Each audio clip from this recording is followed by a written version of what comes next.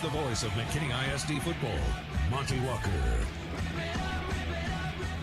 District 8-5A rears its ugly and nasty face tonight with what could be the toughest district in North Texas, if not the entire state of Texas. Two of the teams trying to keep pace with the powerhouses of Allen, Plano, and Wiley are vying for their spot in the playoffs tonight. It's McKinney Boyd and Plano West. Good evening, everyone. Welcome to Ron Poe Stadium in McKinney. Monty Walker along with Brandon Helms, Kevin McPherson, our spotter Jarrett Foyt, and on the sidelines tonight, Jonathan Leidy as always. Brandon, this is something we're unaccustomed to doing Class 5A games. McKinney Boyd moving up to Class 5A.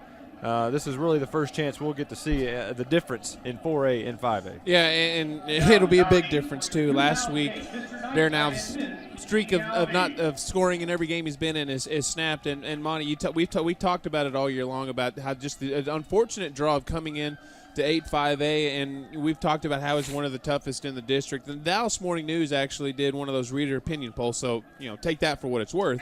But they rated 8-5A the toughest district by 40%, and the next one didn't even have but like 22%. So this is a tough one.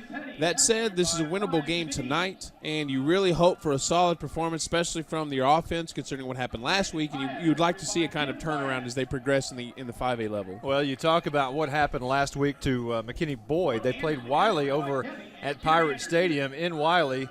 They gave up 21 in the first quarter, and it was all over from there. 44-0, the final score. Wiley over McKinney Boyd, and I guess the big story, if you're familiar with McKinney Boyd, is the fact that Darren Alves usually runs for about close to 200 yards every game, and he ran 18 times last week for 13 yards in his introduction into Class 5A, and that's something that I don't think any McKinney Boyd fan or player was expecting to see. Yeah, we haven't seen that kind of offensive performance since Boyd's first year playing football, and you look at it, there's a big difference right now in the districts, 9-4A where they would have played, and 8-5A. You look at last night's game, for example, there's no defense. Darren Alves would just run all over the field in a game, in a district 9-4A game, but in 8-5A, you got to play a little bit smarter, and sometimes Darren Alves, he's really much an impulse player, and he's going to have to play with a little bit more of his head tonight, and that'll be a big difference. Talking about the shutout last week, you'd think going back to 2006, the first year of the program for McKinney Boyd, you would think, you and I remember it was pretty miserable. I mean, that was a long season for those guys, but they were only shut out twice in that opening season, and obviously that's something that the McKinney Boyd Broncos are not accustomed to seeing, is a shutout on their scoreboard with the Broncos over that number. So especially with the Darren Alves, the quarterback, that just, we're not used to it. And it was kind of shocking, honestly. I really thought he'd continue that streak. And you hope that he gets his rhythm again tonight. Well, it's homecoming tonight for McKinney Boyd, so a lot of festivities on the field right now. We're going to take a quick time out, and we'll have the Coaches Show and the Senior Spotlight coming up for you here on 97.5 KLAK. KLAK. Welcome back to Ron Poe Stadium. Monty Walker along with the rest of the gang, and that includes down on the sidelines our own sideline extraordinaire, Jonathan Leidy. John, what do you got for us tonight? Guys, I've actually got a lot of information down here in the fact that this will be the first time that we've done a 5A game, under my tenure at least. I mean, in 3 years I've been here. But we've got Plano West who comes in that opened up their doors in 1999 with the mascot of the Wolves. And ironically, the students wanted to be the Bulldogs. Obviously, McKinney North's the Bulldogs. We can't have two Bulldogs in the district. But you have to look and see that the mascot was voted on by the student body that feeds into that school, which was Shepton Junior High and Clark Junior High, which is both located there in Plano, that are feeders into Plano West. But we're all down here on a cool night, about mid-70s, going to drop into the high 60s by the end of the night, by into game. We can only hope that tonight's game is what the McKinney High School fans witnessed last night with the 65-64 defeat to the hands of the Denison Yellow Jackets. But hopefully the home team this time is on the winning side of the score. I'm looking over here actually at the visiting grandstands. And I'm not seeing very many people over here in the grandstands. If y'all notice, there's more players more Spirit people from Plano West on the field than there are fans at the moment. That kind of is an interesting thing with a 5A squad. You would think they'd have a better traveling crowd, but hopefully their visitors are safely making it in the stadium. It is homecoming tonight for McKinney Boyd, and I know they're going to come out in this game all fired up. So we're just going to have to see what's going to happen tonight, guys. All right, send it back up. All right, thanks a lot, John. Now, he brings a good point and a good segue. I was here last night, and we can't escape the pregame show without talking about what happened here last night in the Denison and McKinney game.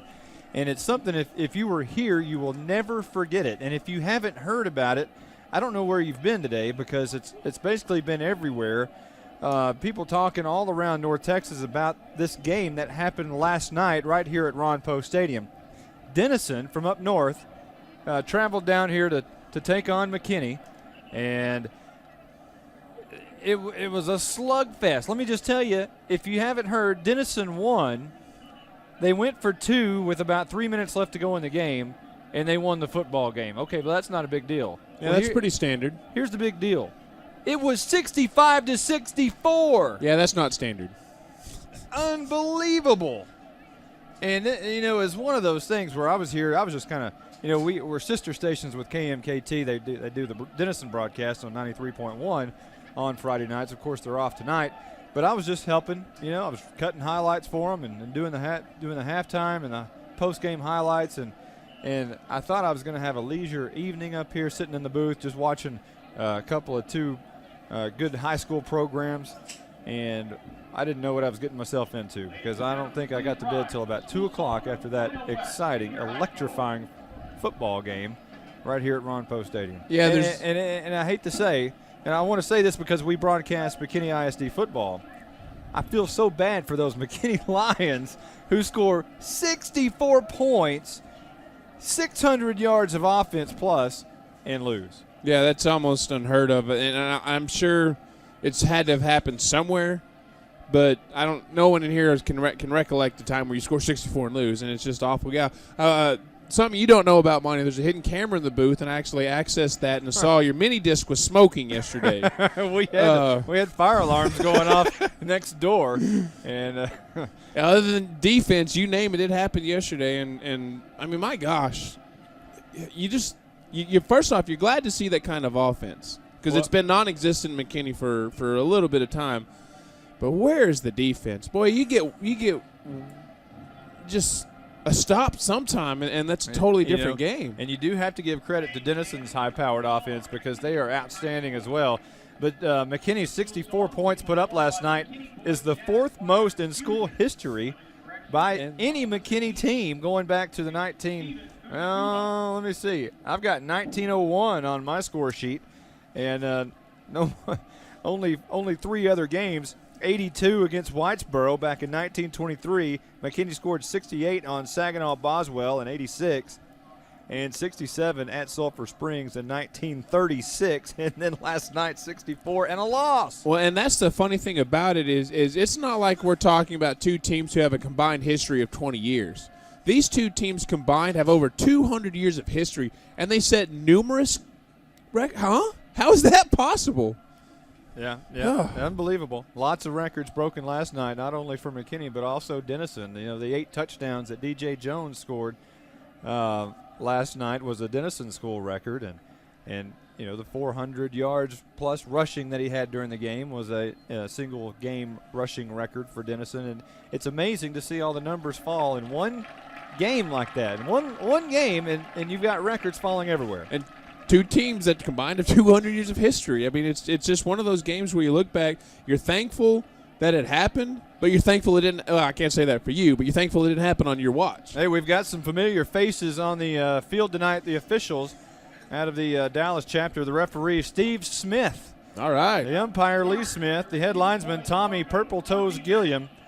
As we told this story a couple of years ago, it might have been last year, that he fell asleep on the couch. His granddaughter painted his toenails purple, and he couldn't get the polish remover, and he had to show up at the game with purple toenails. I just think I wouldn't take my socks off. I don't if that happened, I'm not letting you guys know about it. Yeah, the other guys, I don't know how, but the other guys found out about it, and they made sure we found out about it to talk about it on the air. The live judge is Gary Land, and the back judge, Justin Pierce. This is a crew that Sean Pratt really likes, and Sean, or Coach Pratt, really likes these guys and has had them several times. But for the first time this year, we see this officiating crew, and it's Don Drake who apparently has requested. The starting lineups for Plano West on offense, Travis Wilson, the senior quarterback. He has thrown the ball 115 times this year and completed 60 of them. He's thrown 5 interceptions, 847 yards, and 5 touchdowns. The wideouts tonight, Steven Anderson, split out wide left. He's a senior. And split out wide right for Plano West will be Chase Hover, and he's a senior. The 2 slot backs, Sean Ballard and Blake Baldridge, and the tailback, Darius Cohen, and we'll see a lot of Jarrett Horan as well. On defense for Plano West, it'll be Zach Trobe, Jackson Jeffcoat, Amin Baibani, Alex Jez, Nathan Broussard up front.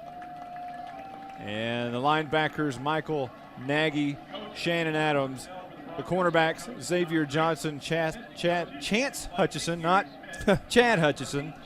And we've got a Chutch here tonight, but it's Chance Hutchison. The safeties, Blake Benson and J.T. Thomas. For McKinney Boyd, we'll have those in a moment once we get going in the game. A couple of changes in the depth chart for McKinney Boyd, and we'll talk about those. One of them being Bo Davis, who's getting more playing time at outside linebacker. Of course, you've known that. 19 tackles and 2 sacks on the season. One thing that we've seen on the depth chart that is a lot different than what we've seen so far this year, Darren Alves playing both ways. He'll play left cornerback tonight. Yeah, that's kind of a shocking thing. Normally you think of your quarterback as offense only, you save him and rest, but like we've chronicled the past 2 years, this isn't your average quarterback by any stretch of the imagination, and he's got moves, he's got quickness, so should be a good fit. I would say a key to tonight's game would be for McKinney Boyd would be the turnover ratio. Right now they're just getting hammered in the turnover ratio. Boyd has turned the ball over 16 times, and they've only got it back 9. That's a -7. I would think that would be a big key, not to turn the ball over, as it should be in every game. And also the penalties. Early on in this season, as Coach Drake talked about in the coaches show, you can't have the penalties that they've been having, especially early in the season, and try to win in this tough 8-5A district. You're just not. Yeah. You've got to play a near perfect game if you're McKinney Boyd. Yeah, and they haven't been doing that by any stretch, and haven't been able to analyze in depth what happened last week. But when you get shut out and you give up as many points as they did, and turnovers, in likelihood, you're also playing sloppy, which means you got high penalties. If they can play a flawless game, they've got a chance, and ultimately that's all you're asking for right now in this district. Just give yourself a chance. Because the odds are you're playing Plano Allen, you're not going to make the playoffs in your first year in this district. But if you put yourself in a chance, first off, you give confidence about what you can do. Second off, you put yourself in a chance, more often than not, those chances come through for you. Plano West on defense, as we talked about McKinney Boyd losing the turnover battle. Plano West Wolves are also losing the turnover battle. They've given it up 14 times, 7 interceptions and 7 fumbles. And they've only recovered 2 fumbles and have only picked off 4 passes. So they're a -8. They're just a tad bit worse than McKinney Boyd. So I don't know what that means. I don't know if we're going to see a lot of fumbles tonight, a lot of turnovers. Hopefully not. We'd like to have a clean game, but you never know with these things. You look at some of the teams they played, though. I'm not going to expect you to have a high turnover. They played Southlake Carroll and lost. No surprise there. But they played Flower Mound. And they beat Flower. That's a decent school right there. So, between those, you're going to make turnovers. That's what I'm trying to say. Southlake isn't what Southlake is without making you do something they want you to do. And that's been their MO. They pretty much make you do what they want you to do. That's how they win. They just manhandle you. I think I got that. Plano West comes in tonight 2-3, 0-1 in this tough 8-5A. And McKinney Boyd is 3-2 on the year. and 0-1 after their loss to Wiley last week. We're going to take a quick timeout, and we'll just about be ready for the national anthem once we return on 97.5 KLAK. ISD football on 97.5 KLAK. Well, Plano West has won the toss, and they will defer to McKinney Boyd. And Boyd will turn their backs to the north end zone, and we'll start this game moving right to left with the football, as Plano West will put their backs to the south end zone, and will be playing defense first. Plano West in the white uniforms with blue numerals. Now, their school colors are not exactly a royal blue, but kind of an lighter blue than that, and also black. Yeah, kind of an odd combination. Yeah, we saw some of their warm-up gear. Looks very similar to one of our old district foes from a couple years ago, the Hebron Hawks, if you're familiar with them. Not quite the exact scheme. And here's McKinney Boyd running through their inflated Bronco through the end zone. Cody Sieber waving his arms up in the air, trying to get this crowd going. Not a huge crowd, as Jonathan Leidy mentioned in the pregame show. Over on the far side from Plano West, we saw a tremendous crowd from Denison make their way down here last night, and man, they saw a game. Well, Monty, that kind of illustrates what we talked about a time ago when you have these high growth. You've got a long-established program in Denison. And one high school. Exactly, and those fans, they all follow the same school. You've got a loyal following. Now, if they open up a new one, they'd start to see a similar situation that Plano and McKinney is seeing. Just, transplants coming down who have really not a lot of history with high school football in Texas and who don't have a lot of tradition with their school, whereas in Denison, I mean, I guarantee you they live, breathe, and just take in everything they can about Jacket football. Well, I will say this. I have to tip my hat to the Red on the near side. They have a huge following tonight here for McKinney Boyd. We're just about ready for the national anthem. And before we get ready to do that, Plano West Wolves will run through their inflated helmet and run through on the far side, and they just kind of jog through. Black helmets, black pants, and once again, white jerseys with blue numerals outlined in black.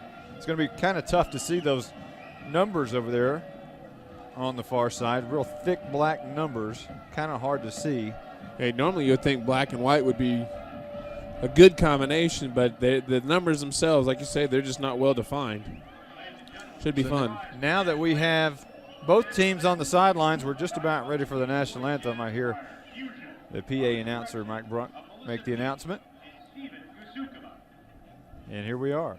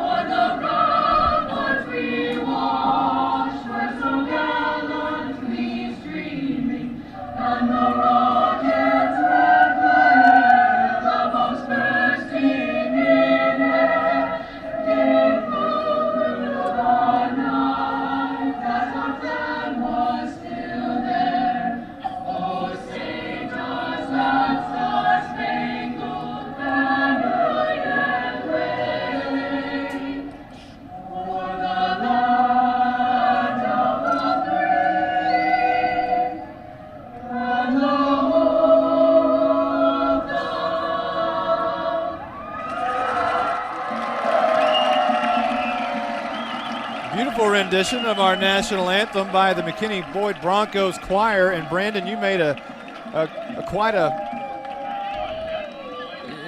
you made quite a scene there, or you pointed out something that was spectacular. Yeah, apparently Lamar Peoples had to do double warm-up because he sang with the choir on that national anthem. As a guy who can't sing, I've got a lot of respect for people who can, and that's pretty impressive that you see a high school football player who also is in the choir. I don't know how often that happens, but I'm guessing not a whole lot. Well, it's not as impressive him being a cornerback. It would have really been impressive if he were a defensive tackle or something like that with a big baritone voice.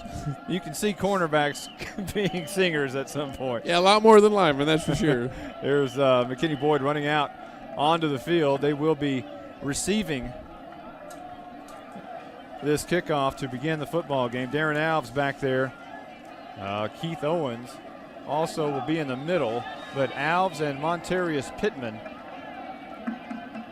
will stand at about the 6-yard line. Again, Plano West moving left to right, the opposite direction for McKinney Boyd.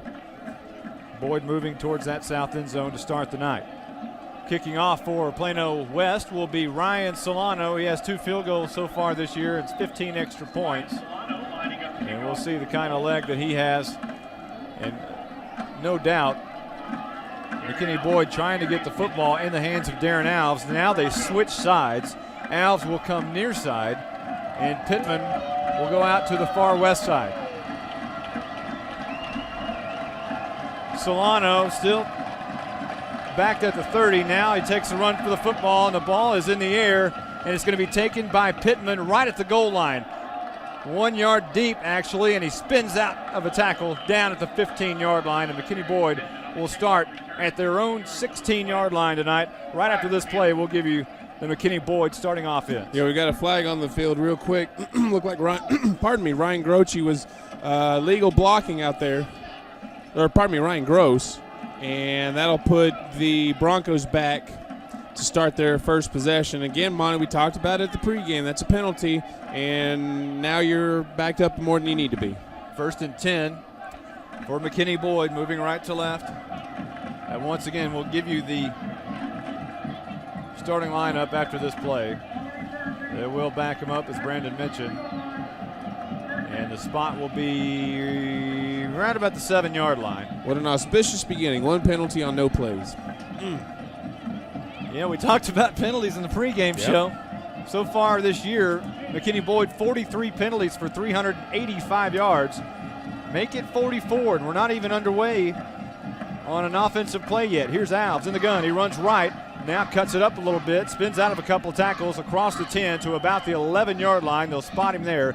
So a 4-yard gain on first down, and we are underway at Ron Post Stadium. Here's the offense for McKinney Boyd. Brent White, offensive tackle. William Small, left guard. AJ Gross, center. Brenton Liggins, offensive guard. Michael Thurby, offensive tackle. Cameron Mazer, tight end. Grant Gibson, wide receiver. Joseph Robinson, running back. Montarius Pittman, running back. Colby Matsky, wide receiver. Darren Alves, quarterback.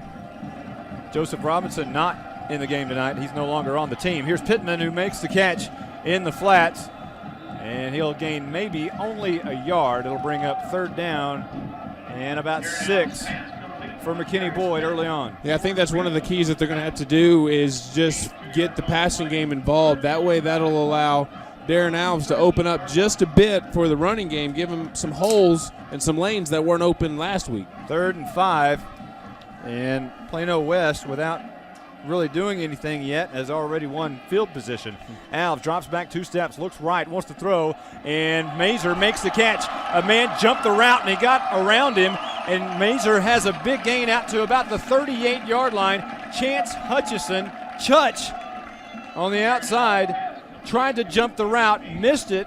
Cameron Mazer hauled it in. 21 yards later, Mazer goes out of bounds. Yeah, that's a bad idea if you're Plano West to try to jump the route on Cameron Mazer. He's a big guy, and he's got a lot of muscle. He ain't going to miss a lot of those passes on any sort of consistent basis. And once you jump the route on Mazer, you have an almost 0 chance of bringing the guy down. Colby Matsky checks out of the football game. 1st and 10 for McKinney Boyd. 10:39 left to go in the first quarter, just underway here. Montarius Pittman comes in motion. He'll be in the slot to the left, going in the backfield along with Alves. There's a timeout. McKinney Boyd has called a timeout, and we'll take one too. 10:39 left to go, just underway here at Ron Post Stadium. No score on 97.5 KLAK. At North Texas Orthodontic Associates. Man, I'm not ready to. 30 seconds. They almost had a delayed game. After procedures and last night, technologies available. I'm North Texas spent. Orthodontic No Associates more works with you freelance to determine games what for is you. best for Joke, you, man. Last your night took care, it out of me. your I'm kinda beautiful like, new ugh. smile. Yeah, when Mention you North heard is this at ad on Sherman, you're not KLAK going. For $100 off yeah. new Yeah, patient you're not treatment going. and a free This is kinda like a consultation. Pee-wee North Texas game after a Orthodontic Friday night Associates. game. Yeah. 972-439-1138. Uh-oh, On they're not Virginia giving us Parkway, 60s. Just west of Lake Forest in McKinney. Tell John. I guess Now they are. back to Monty Walker and McKinney ISD football on 97.5 KLAK. Taylor Revere into the football game. It's 1st and 10 after the timeout for McKinney Boyd, right to left from their own 34-yard line. And now the officials will blow the whistle and get this one underway. Alves in the backfield. And this is going to be a man in motion is Revere. And he'll stand behind Alves. Cody Sieber also from his slot comes in motion. Revere gets the toss. No, that's Alves actually. He comes left, near side, trying to find a block. Scoots from his knees and bear crawls to the 39-yard line. But one problem with that, once you're down on your knees, you're not able to move any further. Yeah, I think the official's giving him a benefit there, but Monty, we've talked about a lot of times he'll make our knees buckle here in the boot. I think he made his own knees buckle. He tried to make a cut that's almost impossible for the human body to do, lost his footing. And you know what? If he makes that cut, that's going to be a lot bigger play than it ended up being. Kevin McPherson makes a great point. He got a great spot there just because his knees were down about the 40 or 35. And Brandon, okay, you did too. Here's a handoff up the middle, and that's going to be, was that Sieber? I know there's a big mess of players down there. I think it was Cody Sieber on the carry, and it was Jackson Jeffcoat on the stop for Plano West, and that'll bring up 3rd and 1. There probably literally was a ton of player right there. Literally, by weight, there was a ton of players on that pile. It's almost impossible to see anybody specifically. Sieber in the slot on the right side. Chase Ennis split out wide right. And now it'll be Mazer in motion coming, standing beside Alves. High snap. Alves gets it, brings it down, wants to run left, and almost trying to strip the ball as one of the defenders for Plano West. But it's going to be a first down for Darren Alves as he gains just enough to move the sticks. Blake Benson on the stop for Plano West. My affection for the play of Cameron Mazer continues. He laid a solid lead block on that let Alves get to the first down marker. And I tell you, man, as good as Alves is, I doubt he would have nowhere near the numbers if it wasn't for Cameron's blocking.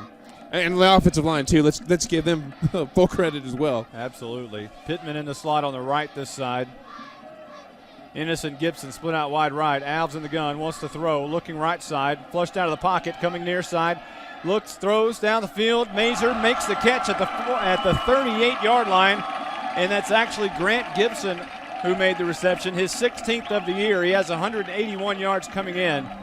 Give him another catch right there. Yeah, he's not anything spectacular. He's not gonna, make 3 guys miss when he makes a catch. But you know what? He makes the catch most of the time, and I can find a place for my team for a guy like that. 11 yards on a impromptu pass and catch. Darren Alves to Grant Gibson. 1st and 10 for McKinney Boyd. 8:50 left to go in the first quarter. No score at Ron Post Stadium. Alves in the gun. 2 stand-up tight ends. Mazer will come in motion from the right side and stand beside Alves. 2 slots on the right, 1 wide out near side. Here's Alves, and he's going to run left side. Shakes a couple of defenders, spins out of another tackle to the 35-yard line. Unbelievable how this kid can get out of traffic and see the entire field as Jackson Jeffcoat makes the stop again after an 8-yard gain by Darren Alves. And you wonder how he does that with just 2 eyes. I mean, he literally sees stuff that I can't imagine anybody in the right mind see. Like, how did he know that lane was open right there?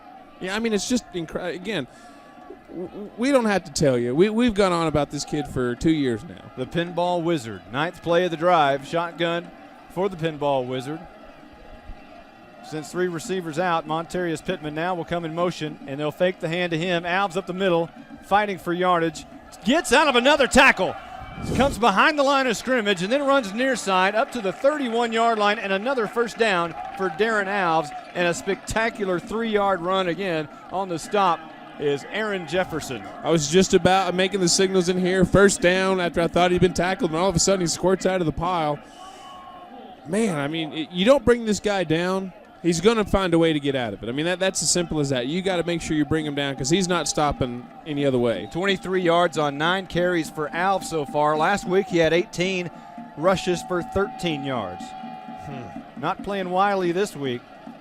Shotgun, and this is going to be a handoff to Pittman. Up the middle, big hole to the 25 and down at the 23-yard line. An 8-yard run on first down for Montarius Pittman.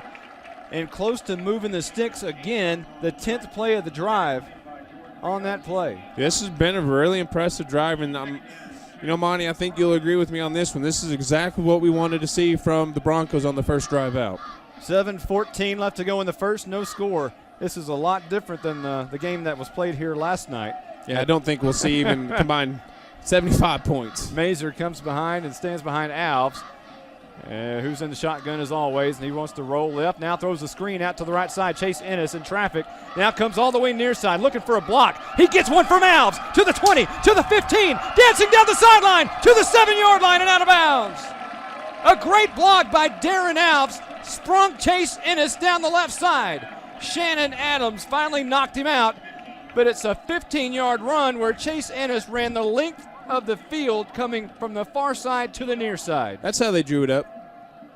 That's exactly what they thought would happen. But what did Chase, that was a well-designed misdirection play, but one player for the West Wolves sniffed it out, and somehow Chase goes all the way across the field. Nice. 12th play of the drive. Pittman will come and stand beside Alves. He'll get the hand. Left tackle met right at the line of scrimmage. A big hit by that defensive line of Plano West.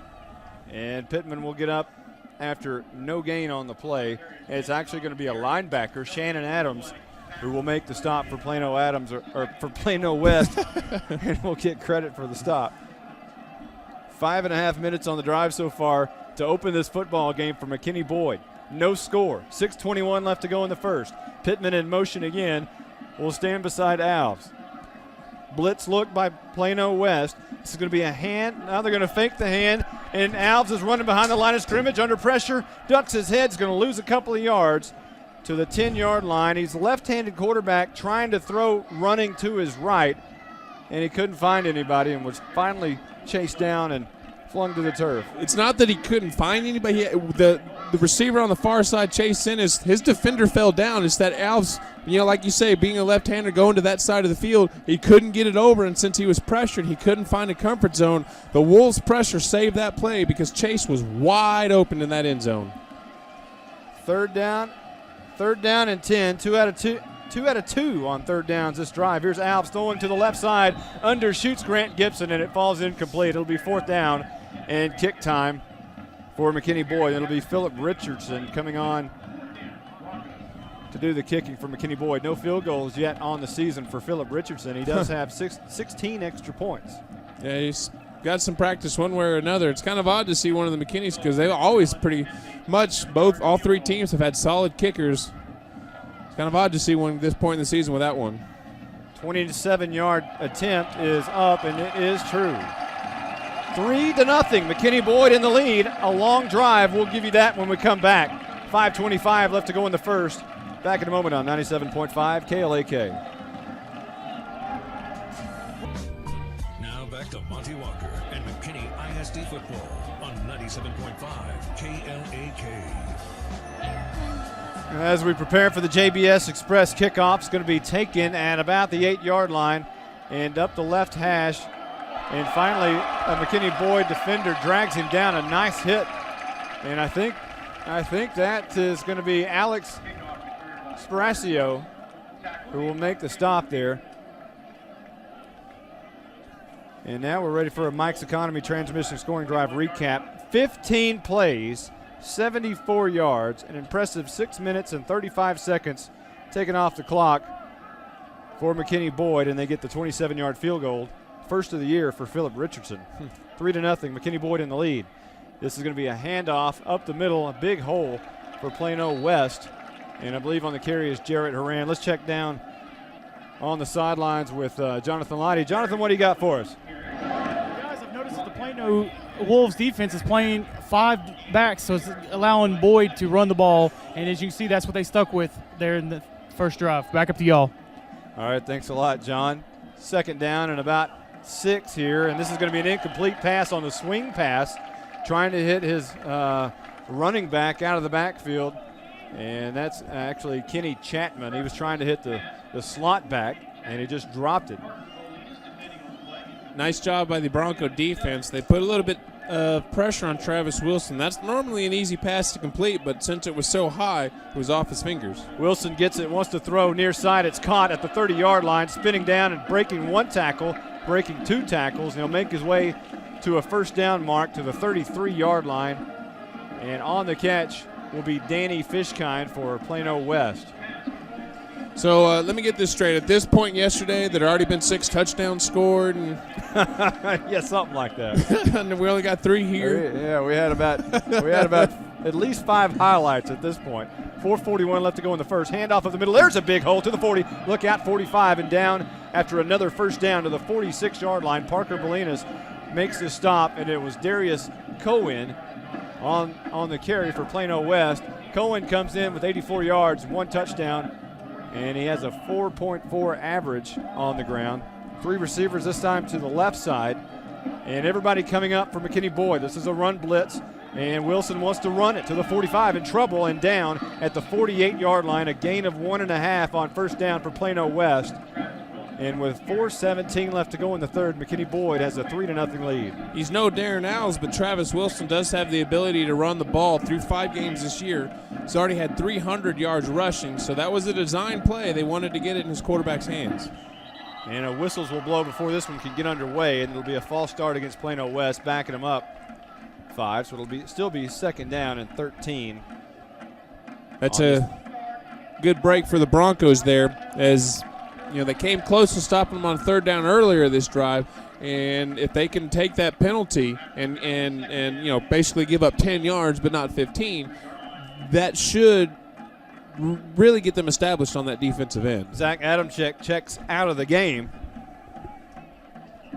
And another whistle will come in before this one could get underway. Yeah, that left side, or rather right side of Travis Cross and Chase White for the Wolves. They're moving early. I don't know if the Broncos are doing something on that side to make them a little jittery, but I'll take it. Oh, no, they're on us. Never mind, take it back. Well, when you say us, you're talking about McKinney Boyd. So what was 2nd and 8, and then 2nd and 13 is back to 2nd and 8. Yeah, that's it. Well, you could really use that other 5 yards in penalty. They're still in good shape at a 2nd and 8, though. Wilson in the backfield along with Cohen. Wilson in shotgun. The quarterback is going to throw the screen pass, and he has his man, and it's sniffed out. A great play by McKinney Boyd. And that's going to be the linebacker, Daniel Edgar, who leads the team in tackles with 28. And he makes a great play to snuff out that inside screen to Sean Ballard. Yeah, he busted a couple of blocks on his way, too. He's a little pumped down there. He's got a reason to be, but just remember that it only went from a 2nd to a 3rd down. You need to play 1 more down here. 3rd and 6 for Plano West, moving left to right. And Wilson drops back 2 steps, under pressure, now flushed out, has the first down. He's got the 40, trying to find the far sideline, and he is knocked down right at the 40. A 10-yard gain on 3rd and 6 for the quarterback, Travis Wilson. Zach Adamczyk brings him down. That's what I mean. He still had another down to play, and you don't want to give that up when you've got him in a 3rd and medium situation. And that could have been prevented. They did get a little pressure on him from the backside. I think that was a design pass, but there needs to be a little bit more backing him up. What kind of football is this? We've had 2 drives, and there's 3:08 left to go in the first. Not yesterday. Oh, and another penalty. Another whistle will blow, and the flag comes in. And, yeah, it's going to be another dead ball. We talked too soon. So remember, it was 1st and 10 there. We'll see who this one is against. Likely the Wolves, but nope. I'm 1 of 3 today. Well, we were talking good about Steve Smith and Tommy Purpletoes Gilliam, the officials tonight. I'll still trust them. They're one of the best crews we've ever had. So, 1st down and 5. If they're seeing it, it's likely to be happening.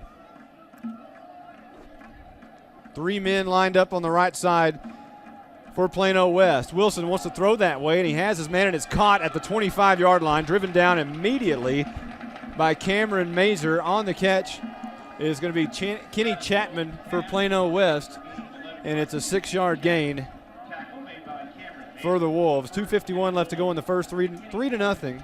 McKinney Boyd in the lead. I'm going to watch the secondary a little bit more on this play, see if they're in a man-to-man or a zone. Right now, if they're in man-to-man, they're playing a little too soft, basically letting those easy passes happen. They flip the formation to the other side, but they hand off to Cohen up the middle, and a nice gain there on first down of about 5 yards inside the 20 to the 19-yard line. McKinney Boyd needs a stop here. Zach Adamczyk made the stop on that play, but overall needing a stop to keep this Plano West Wolves team from sniffing the end zone. Another offsides penalty. That's the 4th offsides penalty on this drive. Fourth for 20. Maybe third.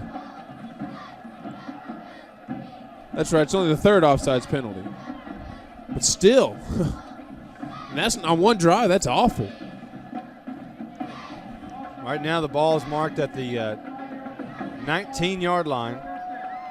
It'll be first in about 5 here for Plano West. Moving left to right in McKinney Boyd territory. And this is going to be a handoff to Cohen running around the left side. He's got some room to the 5 in the end zone. It's a touchdown for Plano West, 19 yards. And on the carry, Darius Cohen.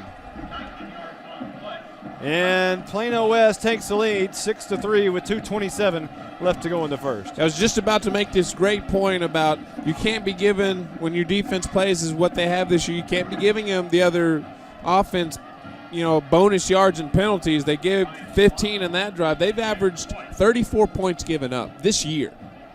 So you just can't give them extra opportunities. You need to play as flawlessly as you can, and you can chalk that touchdown up to giving them opportunities that you shouldn't have. Solano on for the extra point. And the hold is down. The kick is up. And the kick is good. 7-3. Plano West in the lead. 2:27 left to go in the first. Back in a moment on 97.5 KLAK. At KLAK. 7-3. Plano West leading McKinney Boyd early on here in the first quarter. We're nearing the JBS Express kickoff. Let's do a Mike's Economy Transmission scoring drive recap real quick. 10 plays, 79 yards for Plano West. Took 2 minutes and 58 seconds off the clock. And it was a 19-yard touchdown by Darius Cohen. And it brings our new score 7-3. Boyd trailing Plano West. Solano's kick is in the air, and it's a high kick. It's going to be taken by it's Alves at the 5-yard line. Coming straight up the middle of the field, now dances left and spins into the arms of one of the Plano West defenders, and a great tackle over there. And I believe that's Denzel Love for Plano West who brings down Alves. So Alves and company will start at their own 19-yard line, moving right to left with 2:21 left to go in the first. Well, Alves went down awkwardly there, Monty, and that's why sometimes you won't see your quarterback in another situation despite his athleticism. Obviously, Alves is a different character, though. Alves and company looking to the near side, trying to get the play in. Colby Matsky split out wide right, and Grant Gibson to the left. Man stands behind Alves, and that's going to be Revere.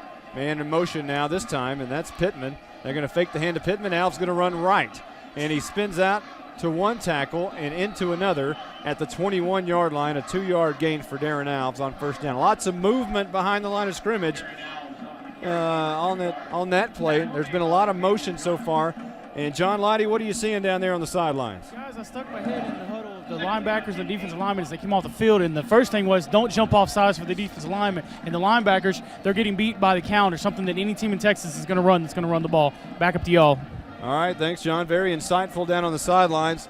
1:46 left to go in the first quarter. 7-3 Plano West over McKinney Boyd. This is going to be Cameron Mazer in motion. He'll stand behind Alves, and Alves wants to throw. Rolling left, throws it on the run. Grant Gibson makes the catch at the 31-yard line with his hands over his head. He makes a two-handed catch and is down after about 4 or 5 Plano West Wolves drug him down. 12-yard gain from Alves to Grant Gibson. Just like I said on the previous drive, you give a guy like Grant Gibson, I'll find a spot for you on a guy who's just a sure-handed. He had a little bit of cushion there, and Alves not the best of passes because he was being pressured, but Gibson gets in a solid position to make the catch, and I will find a place for a guy who can do that. Colby Matsky checks out. Chase Ennis checks in. He'll split out wide right. Gibson near side. Pittman in motion again. He'll set behind Alves. And he's going to get the hand right up the middle and has his legs taken out from underneath him at about the 33-yard line, which is about the line of scrimmage. No gain. Shannon Adams, the linebacker, coming up from his strong side position and taking out the legs of Pittman.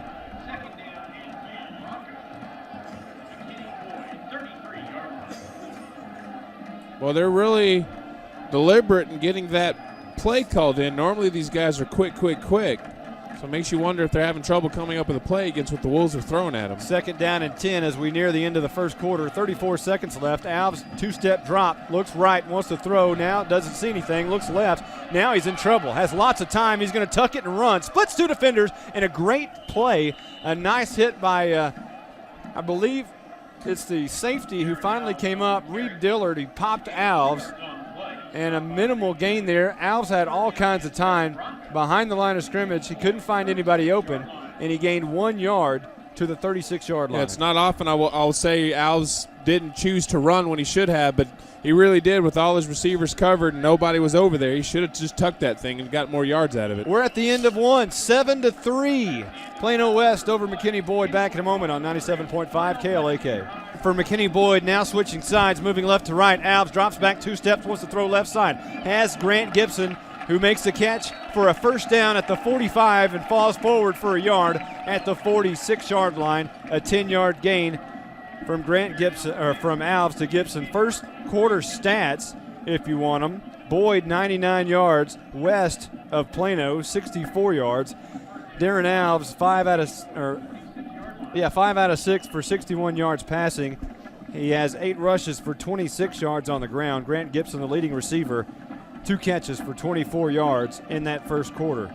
First downs, McKinney Boyd 6 and Plano West 5. Mazer comes back, stands behind Alves. It's first down and 10, and Alves is going to run left. He gets a great block from Mazer, but not enough, as he's only going to gain maybe 1, maybe 2 yards on the play. It'll bring up second down and 8. Yeah, that great block prevented a loss on the play. But, Monty, we talked about the game yesterday, and we'll probably make subtle comparisons throughout this one. The combined first quarter score was 10 points. Last night they averaged 32 points a quarter, so we're a little bit behind pace here in this one. All I know is it was 50-50 going to the fourth quarter, and that was unbelievable. Second down and 8, 11:02 and rolling here in the second quarter. Alves chases one defender. Oh, he has him by the jersey. Alves gets out of it. Still rolling to the far side. And I believe he's going to get maybe back to the line of scrimmage. Now he's going to lose a couple of yards, but it was a spectacular, unbelievable job of just getting away from the shirt tackle of Shannon Adams. And it's going to be a minimal loss, which would have been a huge loss back inside the 40 to about the 35. We've said it before. We'll probably say it sometime again in the next year and a half or so. You don't shirt tackle Darren Alves. That's why. You just don't do it because he's going to get out of it. In fact, he changed jerseys one time because his jersey was too loose. You know, he went from, I believe he was number 8 and then number 19 and now number 7. Just to get the right jersey fit. 3 out of 4 on third downs for Darren Alves and company. He wants to throw here over the middle, and it's going to fall incomplete. Looking for Cody Sieber, and he was blanketed by that Plano West defense. One of the men in coverage over there for Plano West was J.T. Thomas. That was an odd play. You know, normally Darren Alves doesn't have the strongest arm or the prettiest pass, but he usually chooses his targets wisely. Sieber was triple covered. And meanwhile, Cameron Mazer's near, who only has one guy on. Fourth down and 12 for McKinney Boyd. Left to right, 10:45 left to go in the second quarter. Trailing 7-3 to Plano West. And Darren Alves will move back to his 31-yard line to punt this ball away. The line of scrimmage is the 44. And Alves, a left-footed punter, may have had it tipped. It's a high, wobbly kick that's going to go out of bounds. I believe that one was tipped at the line of scrimmage, or by the defender. And they are celebrating on that Plano West side and it was Jackson Jeffcoat who actually got his left hand there and tipped it away. A 9-yard punt for Darren Alves. And this has been a field position battle so far, and that's not good news for McKinney Boyd and the Bronco fans. Yeah, because for the most part, the field possession's been against their favor. They have a worse average starting possession, and it's definitely going to get a little bit more lopsided after that punt. So Travis Wilson will come back out for Plano West at his quarterback position, send 3 receivers to the near side. First and 10 from their own 47-yard line. Handoff up the middle, and that's Cohen again. Lots of speed as he bursts to the McKinney Boyd side of the field at their 47-yard line. And Josh Russell will make the stop after 6 yards for McKinney Boyd. Well, you'd like to see a little bit more penetration from the defensive line of the Broncos. They're right now getting pushed off that line easily. It's going to be a handoff to Cohen once again, running left tackle on the trap, and he's just tackled by Mazer, who grabbed his shoestrings at the 40-yard line. He fell forward to the 37, a 10-yard gain for Cohen again, and another first down for Plano West. Yeah, Monty, if you remember back a couple of games ago, McKinney took on Saxey and just kept getting burned by that trap play. And the Wolves have run that a few times tonight, and they've had some really success with it. Two receivers either side. He throws a screen pass out to the right, and his man makes the catch. It's going to be Danny Fishkind, but not much doing there. Nice job on defense by the cornerback, who fought off a couple of defenders there. Parker Bolinas also had help from Bo Davis. Yeah, that's a play that I've never really understood all that well, because that's a very typical play of the wide receiver screen. You've got two defenders and one blocker out there. Three receivers near side, one to the far. Right to left goes Plano West, nearly jumping off sides of McKinney Boyd. They get back. Down the field goes Wilson, and it's going to be incomplete, out of bounds, trying to hit Fishkind again, but it's great coverage by Parker Bolinas down about the 12-yard line. Yeah, if you initially looked at that play, you might have thought that Parker was out of position because of the way he kind of reacted when that ball was thrown, but he was actually really in solid position, because the only way that Wilson was going to complete that pass is if he threw it out of bounds, because Parker had really solid coverage out there, and he's always been a good cover cornerback. Plano West 2 out of 2 on third downs. A handoff to Cohen up the middle, and on 3rd and 9, you question the play call there, but it'll bring up 4th and about 5 after a 4-yard gain. Keith Owens on the stop for McKinney Boyd. Keith Owens coming into tonight with 2 tackles and 1 sack.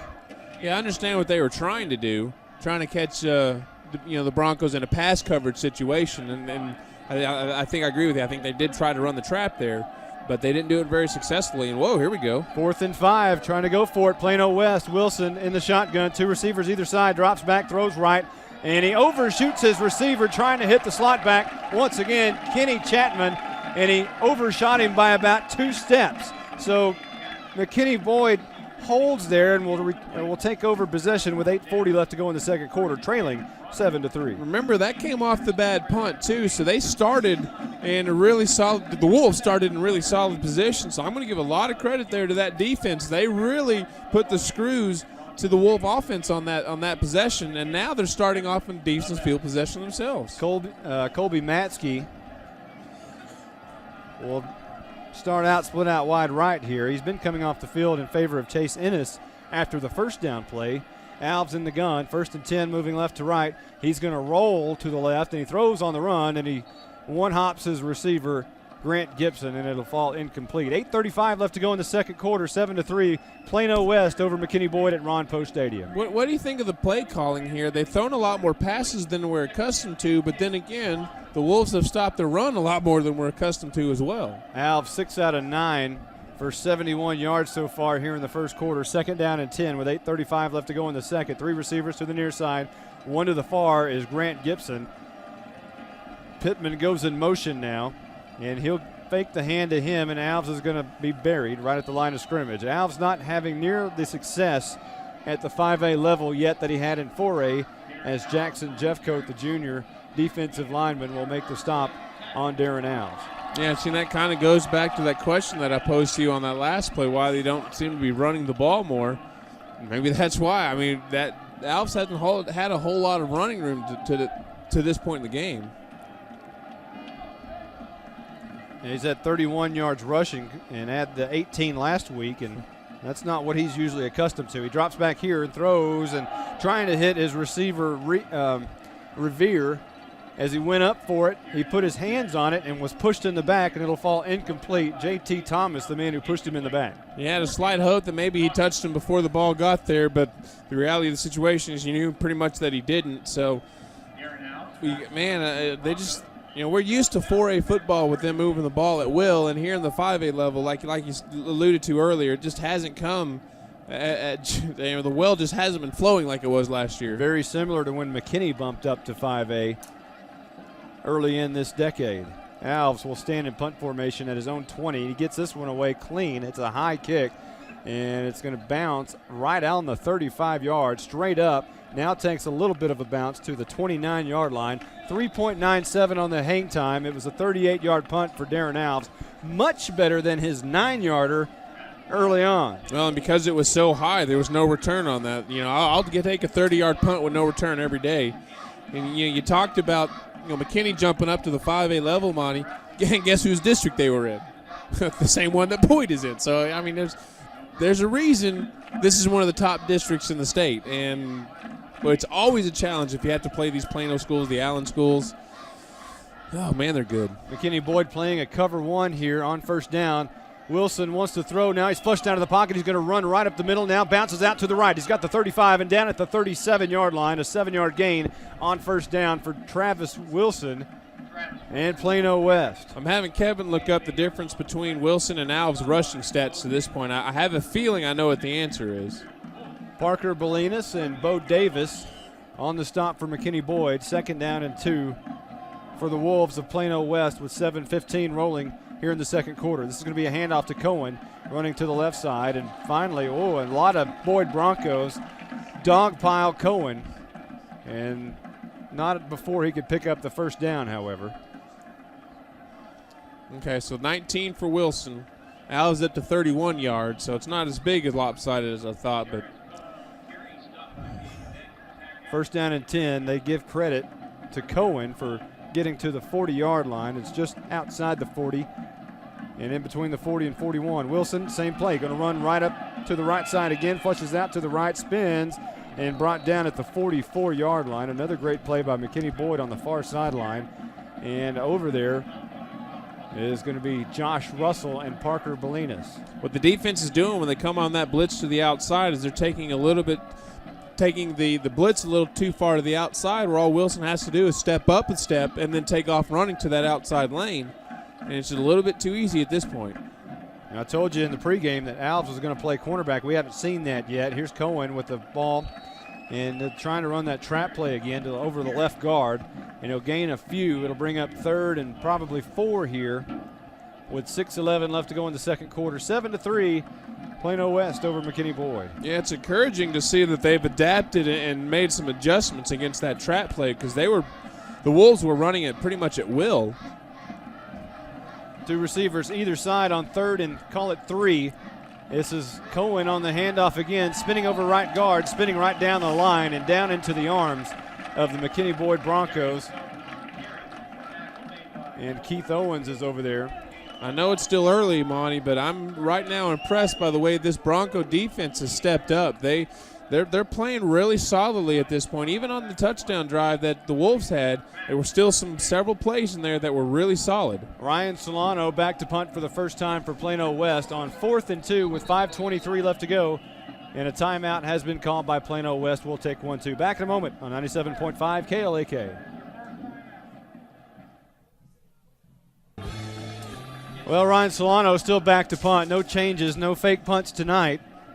This is about the same spot where Dennison tried the fake punt last night, moving in the same direction at the 48-yard line, moving towards that south end zone. But apparently Solano and Plano West plan to punt it away here. As soon as the officials allow. Well, I like this crew. They always give us the full 60s. Is that Parker Bolinas? No. That's Cody Sieber back to return the punt. And Solano stands at his own 34-yard line. Good snap and a good kick. High spiraling kick. Sieber's going to let it bounce at the 22-yard line, and a great roll inside the 10 is dead at the 8-yard line. A tremendous kick, and now a flag at the 50-yard line as Keith Owens is celebrating. Keith Owens apparently got in a little heated argument with one of the Plano West Wolves, and Mike Hughes, the head coach for Plano West, not happy with one of his players, and he's really talking to Nathan Broussard. He's upset with Broussard. There's a flag at the 50. Personal foul against Plano West. Well, that's a big break there, Monty. As they say, it's not who starts it, it's who the referees see. And in that situation, Keith Owens baited somebody over there into giving him a little pop. And you know what he did? He clapped and said thank you and started walking to the sidelines because he knew exactly what he was doing. That's a huge play as it wipes out a 44-yard punt. It had 3.53 on the hang time. Well, maybe we can check down maybe we can check down with Jonathan Leidy, who might have some insight on what happened down there. Guys, I think y'all are at lost words just as much as I am. I'm kind of, it was after the play, after both the whistles had blown, I looked down, there's a flag 40 yards from the ball, and I have no clue at the moment. I'll see if I can figure this out. Yeah, he makes a point. The play happened at the line of scrimmage, and we're all watching down there at the end zone where the ball's rolling inside the 10. And I tell you, man, that wipes out a really good start for the Wolves defense, and now they're outside the 20, are the Broncos. 5:07 left to go in the second. McKinney Boyd with the ball here. Mazer comes in motion, stands to the left of Alves at their own 23. Alves wants to throw near side, and he one-hops Chase Ennis, who apparently picks it up off the turf. When he went down to catch it, his knee hit, so he couldn't advance. He caught the ball at the 27, so a 4-yard, maybe 5-yard gain on first down. Alves has been really low on his throws, especially to the far side. I don't think they raised the crown last night or anything. I don't think so. He is throwing a little low to his receivers. Usually that's an off-season type deal right there, and you're exactly right. He needs to start getting that ball up, and the way the rushing game's working, passing game's going to have to pick up the slack. 2nd down and 6 for McKinney Boyd, left to right, 4:31 left to go, second quarter. 2 men in motion at the same time, can't do that. No flags are being thrown. Alves is going to get it, drop back 2 steps, throws to Ennis again, who makes the catch at the 33, trying to be slung down. Breaks 1 defender, breaks 2 defenders, out of bounds at the 40-yard line. A great individual effort by Chase Ennis, a 13-yard reception, finally taken out of bounds by Blake Benson. That was very pinball wizard-like. Bouncing off of defenders right there, and I think the biggest difference right now that you're seeing is the Wolves are playing for the run. If they can get this passing game going, that will help them loosen up this defense. 1st and 10 for McKinney Boyd, 4:16. The clock stopped after Ennis stepped out of bounds, and Revere will come in motion. He'll stand behind Alves, or beside Alves, a little bit to the left, and Alves is going to roll to the left, gets a block, and Gibson makes the catch at the 48-yard line, an 8-yard gain on first down. He had his legs taken out from under him as soon as he caught the football. So it'll be 2nd down and about 2. Since I gave Alves a nickname, can I give Gibson a nickname? As long as it's not the same. You can't call him Pinball Wizard. No, he doesn't bounce off people. No, I'm going to call him Hoover because he just brings in everything that's thrown to him. I don't know if his friends will. I don't know if he'll be happy with that after his friends call him that. Here's Pittman in motion. 2nd down and 3, they'll call it. Alves in the gun. And he's going to run to the left side, and he's in trouble behind the line of scrimmage, but he gets out of it, now escapes, and now he's in trouble again and brought down right at the line of scrimmage. Maybe lost a half a step to the 40, in between the 47 and the 48-yard line, shy of midfield. 3:23 left to go and rolling here in the second quarter, 7-3. Plano West over McKinney Boyd at Ron Poe Stadium. I think teams are really starting to figure out how to defend Alves, and that's just not give him running room, because if he can't get momentum, he's not at his best. You know, he's at his best when he's going full speed, cutting to his right all of a sudden. And if you keep guys around him, he can't do that on any sort of consistent basis. Call it no gain, 3rd down and 3. Alves is going to run to the right side, trying to throw left. Now stops, wants to throw. Now he's going far side, in trouble. He's got 2 defenders around him, and he probably would have made it around that defender, but his left guard, William Smalley, was standing there kind of blocking the room that he normally wiggles around in. And Smalley was kind of in his area, and he goes down in the arms of Michael Rodriguez. See, and that illustrates the point that I just said. He never got a full head of steam going. Now, we know that he can still bounce out of those things, but when you're playing a little bit faster at the 5A level, a little bit stronger, not having a full head of steam sure makes a big difference. Now Alves will dance back to the 29-yard line and punt formation again. 2:14 and rolling here in the second quarter, trailing Plano West, 7-3. Here's the kick. It's going to be a low line drive kick that bounces at the 31-yard line, and it bounces out of bounds. The hang time only 2.75, and a 26-yard punt by Darren Alves. Boy, right now the Broncos really could use a field possession punter, a guy who's going to get you 35, 40 yards of punt on a consistent basis, because the field possession battle right now has been in favor of the Wolves, and the way the defense is playing, you're really thankful that it's happened the way it has, because they could easily be down 14, 21-3 at this point because of the field possession loss.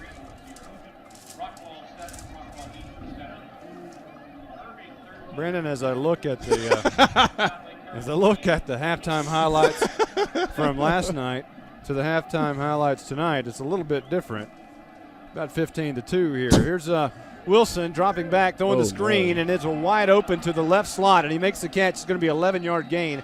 Sean Ballard coming across from the slot, running the slant in, makes the catch. Parker Bolinas, the corner on the other side of the field, will get credit for the stop. 1:57 left to go before half. That was a much better wide receiver screen there, as this time he had an entire offensive line blocking for him. I thought it could have been a lot worse than it was. Hurry up offense for Plano West. Drops back 2 steps. Wilson under pressure and sacked back at the 30-yard line. Bo Davis on the blitz came up and put the knock on his chest right at the 30-yard line. Well, they've come on a blitz a lot of times today, and they've come close, and we've got a timeout on the field. That's the first time they've actually connected. We'll take 1-2. 1:37 left to go in the half. Back in a moment on 97.5 KLAK. KLAK. Well, we got a score from up north at Bearcat Stadium in Sherman, 28-3. Not McKinney North. It is Sherman in the lead there, and apparently Wayman James and company having their way with McKinney North. But right here at 7-3, Plano West over McKinney Boyd. And West has the ball at their own 33-yard line with $1:37 left to go in the half. 2 receivers to either side. Travis Wilson, the quarterback, will stand in shotgun formation along with his back, Cohen. He's going to hand off to Cohen. Big hole at the 40. Look out to the 50, 45. A foot race to the 35, 30, 25. Outside down the left sideline, 10. And out of bounds. Chased down by Cody Sieber. A great effort by the safety who saves the touchdown on a 58-yard run by Darius Cohen. Marvelous blocking by the Wolves on that one. There was, man, I tell you, John Lighty could have run through that hole that the Wolf offensive line just opened up in the middle, and they got the whole of the linebackers. And when you block the line and the linebackers, like you said, it's a foot race in that secondary, and I honestly think they're lucky to bring him down. Well, still rolling here, the clock. He didn't get out of bounds. Cody Sieber tackled him in bounds, so $1:20 on the clock. Cohen gets the toss right side, and a great play by McKinney Boyd to drag him down about the 6-yard line. So it'll be 2nd and goal from the 6. Josh Russell will get credit for the stop for McKinney Boyd. Well, I'm hoping for a turnover here because I don't think the Wolves are going to be dumb enough to let the clock run out. You know, that's basic fundamentals of football is at this point of the game, at this field position, you get points. They have a great kicker, remind you. 49 seconds on the clock, 2nd and goal. Here's Cohen up the middle, dancing, spinning, and end over end, and they'll mark him at the 1-inch line. He did not get in. It'll be 3rd and goal from the 1 as the clock still rolls. 36-35. 2 timeouts left for McKinney Boyd, 1 for Plano West, and they're not going to call a timeout. They're going to go right here. 3rd and goal from the 1. Clock rolling. 24. And now McKinney Boyd will take a timeout. We'll keep it right here. And we'll check down on the sideline with John Lighty. John, what do you think the strategy is right here for McKinney Boyd? I think McKinney Boyd's going to have to watch out for that counter. You got to think that they're going to be pulling. Although it is the goal line, that's what they've been getting beat on all game long is that counter. But you're going to see something besides the counter. You can see the trap, which is just a mini version of the counter. And that call was correct with putting it on the 1-inch yard line because the runner's helmet did fall on the line, but the ball and knee were both behind the line. So that was a great call right there. Send it back up. All right, thanks, John. 23 seconds left to go before half, before the American Bank of Texas halftime show. It gives us time to talk about Germain Designs. They always are outfitting us every year on not only our crew, but the Denison crew on KMKT, the Sherman crew on KMAD, and they also have put shirts on our back for 10 years. Yeah, and if they can make these 3 crews look good, they're going to do well for you, I promise, because we've got some questionable crews here, I'll tell you. Well, this is going to be a questionable play for McKinney Boyd as it's 3rd and goal from the 1. 23 seconds left to go before half. Wilson's going to fake. Oh, he's pushed in by his halfback. You can't do that.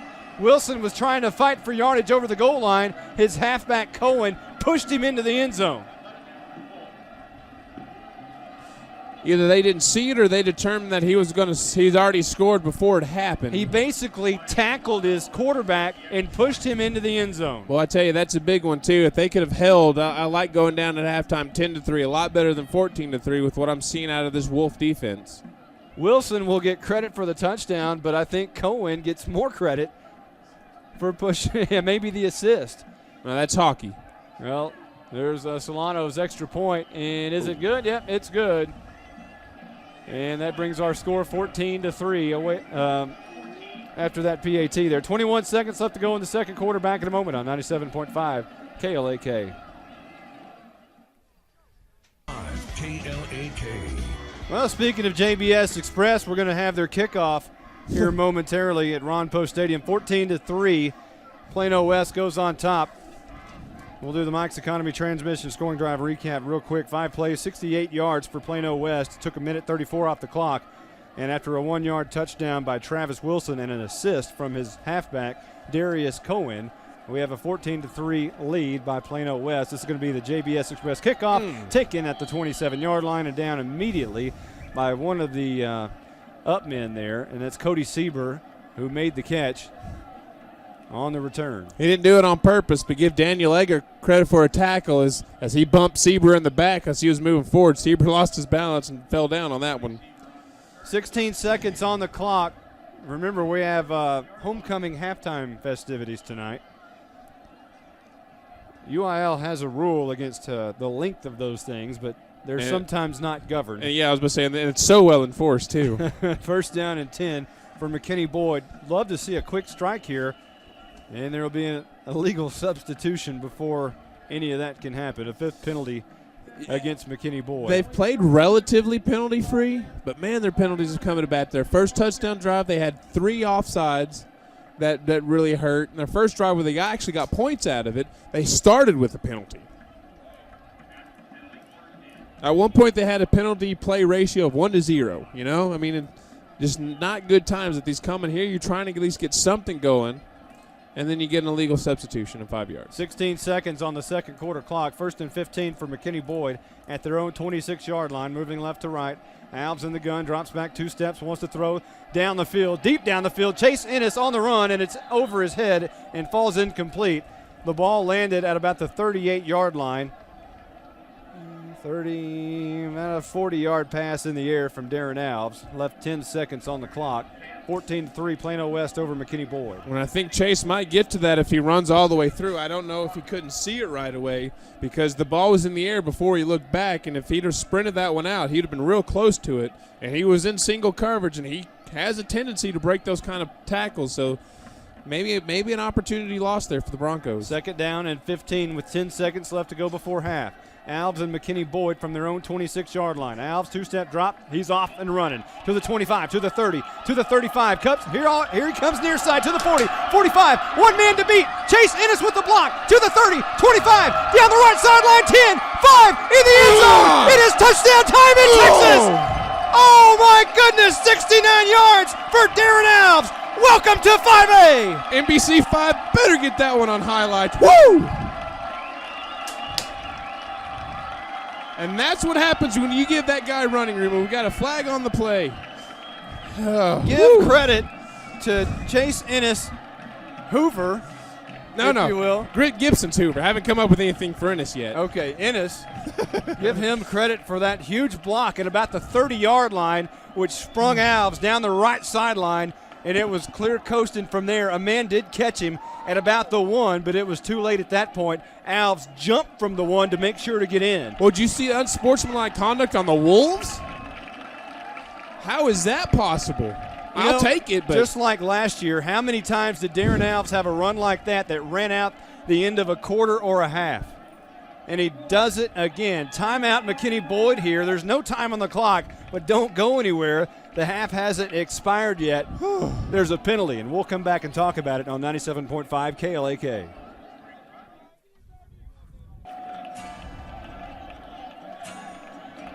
As we've grown so accustomed to here in McKinney, the pinball wizard scoring again. This one from 69 yards out, Darren Alves. They may be going for 2, Monty. And they will be going for 2. We talked about that in the break. You know why? Because of that penalty. You go half a distance because if it's on the scoring team, you assess it on the kickoff. But if it's on the defenders, it's half the distance to the goal. So normally I'm against 2-point conversions, but when you get a gift like that of half the distance to the goal, that's not a bad time to go for it because you're more likely to convert here. Powerhouse backfield. Pittman dots the I. Watch Alves as now is another timeout. Another Wolves. timeout. Yeah, the Wolves will take a timeout of Plano West. We'll keep it right here. 14-9. How often do you see this? There's no time on the clock, but people are calling timeouts. Yeah, it's a rarity. And how often do you see both teams in the first half use all their timeouts? Most of it coming within the 2 minutes. You Two know? timeouts with no time on the Yep. clock. You just don't see that every day in football. Man, and you know, I got to go back to that Darren Alves run, Monty, because that was pure blocking, but that was also vintage Alves. And I talked about this guy, when he gets a full head of steam is when he's dangerous. The Wolves have done a good job of preventing that until that play. 2 key personal fouls on that drive for Plano West. One on the kickoff, and then one at the very end. One at the very beginning of the drive and one at the end. Am I right about that? I think that was a previous drive. Oh, that was a previous drive. No, that was pure Alves. Give him credit. You know, I mean, you look at that run again. I mean, it starts on the left side, jukes across the middle, and streaks down the sideline. Here we go. We've seen it time again. 2-point conversion time in Texas. It is powerhouse backfield for McKinney Boyd trying to get into that north end zone. Alves in the gun, but he has an I formation standing to his left. Pittman dots the I, and he's going to run. Alves is going to run straight up the middle, fighting, turned away, and actually one of the Plano West defenders comes up with a football, but they're going to mark it dead. Obviously, the 2-point conversion is unsuccessful, and we go to halftime, 14-9. Plano West in the lead over McKinney Boyd at Ron Post Stadium. Back in a moment on 97.5 KLAK. Welcome back to Ron Post Stadium, where it's 20-9. Plano West leading McKinney Boyd. No scoring drive there for Mike's Economy Transmission, as it was J.T. Thomas picking up the fumble recovery caused by Jackson Jeffcoat. And it was 47 yards on the return for the touchdown. And that kind of illustrates what we're talking about, that Plano West defense stopping the run. That was a free safety who was already up at the line of scrimmage by the time Alves got there. JBS Express kickoff just about underway here. Ryan Solano breaks his kickoff team out of the huddle. They will swarm down to down along the 35-yard line or so. Solano stands at his own 30, 10 yards away from the football. Right-footed kicker will walk, now run, and kicks the football. A high, short kick going to be taken by Cody Sieber at the 23-yard line. Bounces, looking, stops, looking. Now he goes up the left hash, spins out of one tackle, trying to come near side, and brought down at the 33-yard line. A 10-yard return for Cody Sieber, and McKinney Boyd will set up shop at their own 33-yard line with 8:21 left to go in the third quarter. 20-9, Plano West leading here over McKinney Boyd. Chase Ennis into the game at split out wide right. Grant Gibson split out wide left. Alves in the gun, and Montarius Pittman in the left slot. Cameron Mazer, the stand-up tight end, on the right, and Revere standing up on the left. Pittman comes in motion, stands behind Alves. They're going to fake the hand to him. Alves rolls left, looking for Gibson down there, and Gibson, I believe, makes the catch. What a catch as he's diving out of bounds. Gibson makes a tremendous catch at the 44-yard line. Wow. Just hauls it in. Yeah. Let's check down with John Lighty down on the sidelines. John, what do you got for us? Guys, I've actually got a little bit of bad news along with that fumble. Was with that long halftime, with Boyd having to sit in the locker room, their momentum has kind of sloped a little bit and their enthusiasm is down, but we're going to send it back up. 6 catch for 60 yards for Grant Gibson. 1st and 10 for McKinney Boyd after the 12-yard gain. Alves drops back 2 steps, wants to throw right side this time. Up and over for the grab. Cody Sieber makes it. 2 tremendous catches back-to-back and 2 first down catches back-to-back. That one was 11 yards right over J.T. Thomas, the safety, the man who picked it up and ran it to the house a moment ago. Now you see the Boyd offense starting to stretch that field up because they have a free safety playing near the line of scrimmage who picks up a fumble and runs it in. So they're trying to work against that, make it work against the Wolves' favor, because everybody except 2 corners are within 5 yards. Alves 12 out of 17 for 125. He's going to run here. Brought down on a horse collar tackle at the 40-yard line, and a flag is down right at Alves' back. Amin Babani is the man who got his right hand and drug him down by the horse collar. And Yeah, The officials are talking about it right at the 40. It's not like the NFL. Horse collar tackles aren't illegal at the high school level. They wave off the flag. So you're kind of thinking maybe it was a face mask or something along those lines. But I tell you, it's obvious horse collar tackles can cause injury. So you really like to see the UIL consider that rule for subsequent seasons. Oh, did you hear that? The official says the horse collar tackle rule doesn't apply to a run up the middle, so apparently there is some sort of horse collar rule at the high school level. I'm not sure what makes a run up the middle more safer than a run down the sidelines, but I'll leave that up to the UIL. Second down and 6 with 7:33 and rolling here in the third. McKinney Boyd trailing 20-9 to Plano West. This is Siebert in the backfield with Alves, who's running for his life to the left side, being chased down and finally throws it out of bounds. And he just heaved it out of bounds as he was under pressure. Jackson Jeffcoat is the man who was chasing him down and just about to drag him down from behind. And it'll be third down. They'll call it incomplete as he just chunked it for his life as he was about to run out of bounds. Yeah, you like to see that from Darren because a lot of times, it works more often than not, but a lot of times he'll try to make something out of nothing. But I don't think he would have been able to get anything out of that play, so it's better just to lose it down than lose yards and the down. Third down and 6, 7:21 left to go in the third. 4 out of 8 for Alves. Oh, and a fumble. I thought Alves was sacked way back at the 48-yard line as he was about to throw, and they will say yes, the ball's on the turf, and Alves fumbles again. Shannon Adams and Jackson Jeffcoat again there to make the stop for Plano West. Two turnovers for McKinney Boyd, and they're both very, very costly here in the second half. Yeah, that's not an understatement by any means. You've had 2 drives. Your only 2 drives of the half end by a fumble recovery. One was scored directly upon, and this one puts the Wolves in great position. They're just a few yards shy of midfield and in good position to start this one. And you really can't blame Darren on that play. I mean, it was just hit at a hard angle from a blitz up the middle. No time to react, even for him. It'll be first down and 10 for Plano West now, and as the officials are going to talk something over with McKinney Boyd head coach Don Drake. Can't imagine what they'd be discussing here other than the fumble, whether it was or not. Yeah, usually at this kind of situation, they're discussing possession. Did he have it, on the ground? If his knee's down and he's got a hand on it, does that constitute possession? And I can tell you, I'm not going to discourage Don Drake from talking because it might change the outcome in subsequent drives and possessions. But you're usually not going to change the official's mind where they say, okay, good point, let me change it after they've already made a decision. If any of you know Don Drake and his demeanor, very Tom Landry-like, this is not a very animated character. He does talk to the officials, but showing no emotion there.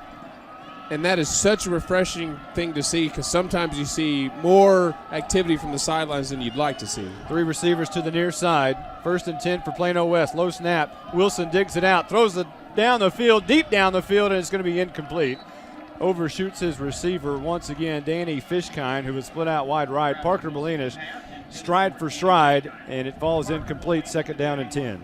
That's expanding upon that point, something that all 3 McKinney schools really do well is they work the sidelines. They don't yell at officials too much. They will on a time or two, but they're usually, just like you said with Drake, calm, and they'll talk it with you man to man and do it really in a calm manner. There's going to be a handoff right up the middle, and that's Cohen is going to gain 6 yards. He actually ran the first 4 yards and jumped for the last part of it, and Bo Davis will get credit as Cohen just took a leap at about Lubbock and the Texas and the logo on the 50-yard line.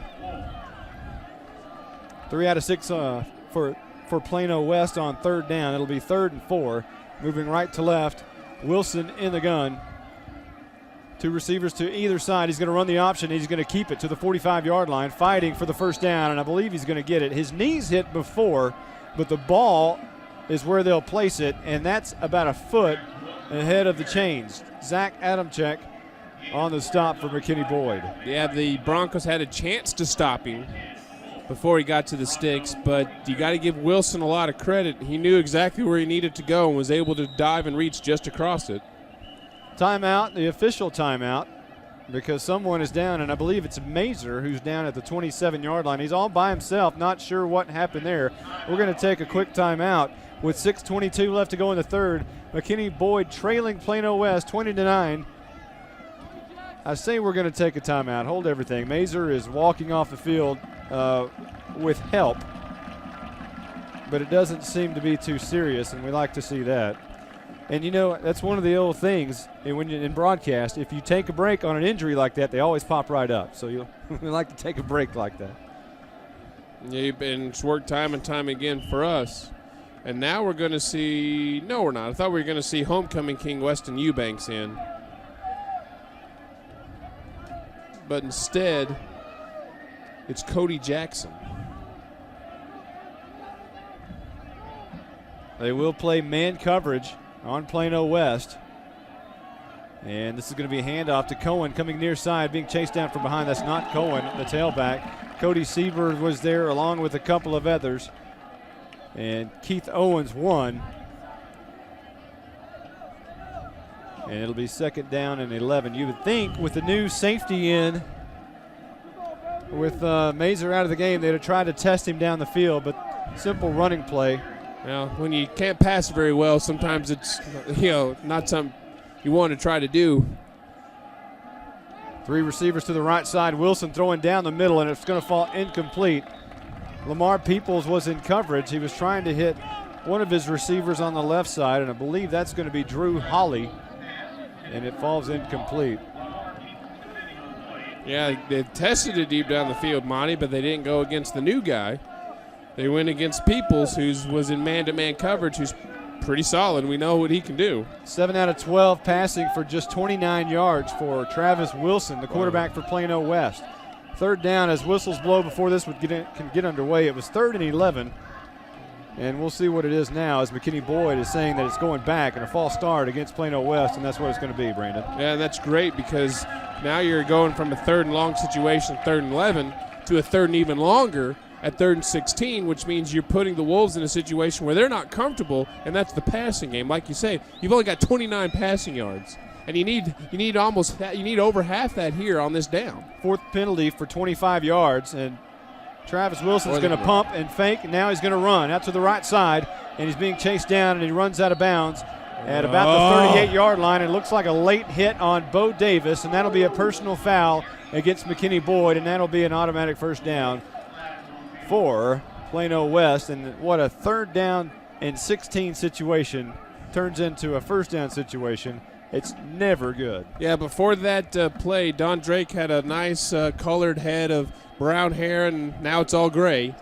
You get it, and that's clearly a situation where he's about to go out of bounds. And you know what? You pull up, especially on a quarterback, because the officials will call that 100 times out of 100. And now what you've done is you've taken a 4th and maybe 5, 6, and gave him an automatic 1st down. Blown opportunity. 6 penalties for 43 yards for McKinney Boyd, and that was the key to the game. You got to play a near-perfect game in 5A. Shotgun for Travis Wilson on 1st and 10. Drops back 2 steps, looking to throw left side. Down the field, in the end zone, and it is caught. Wow. A great catch by Sean Ballard. 3 yards deep in the end zone with his right arm falling backwards. It was a 24-yard touchdown catch. Are you kidding me?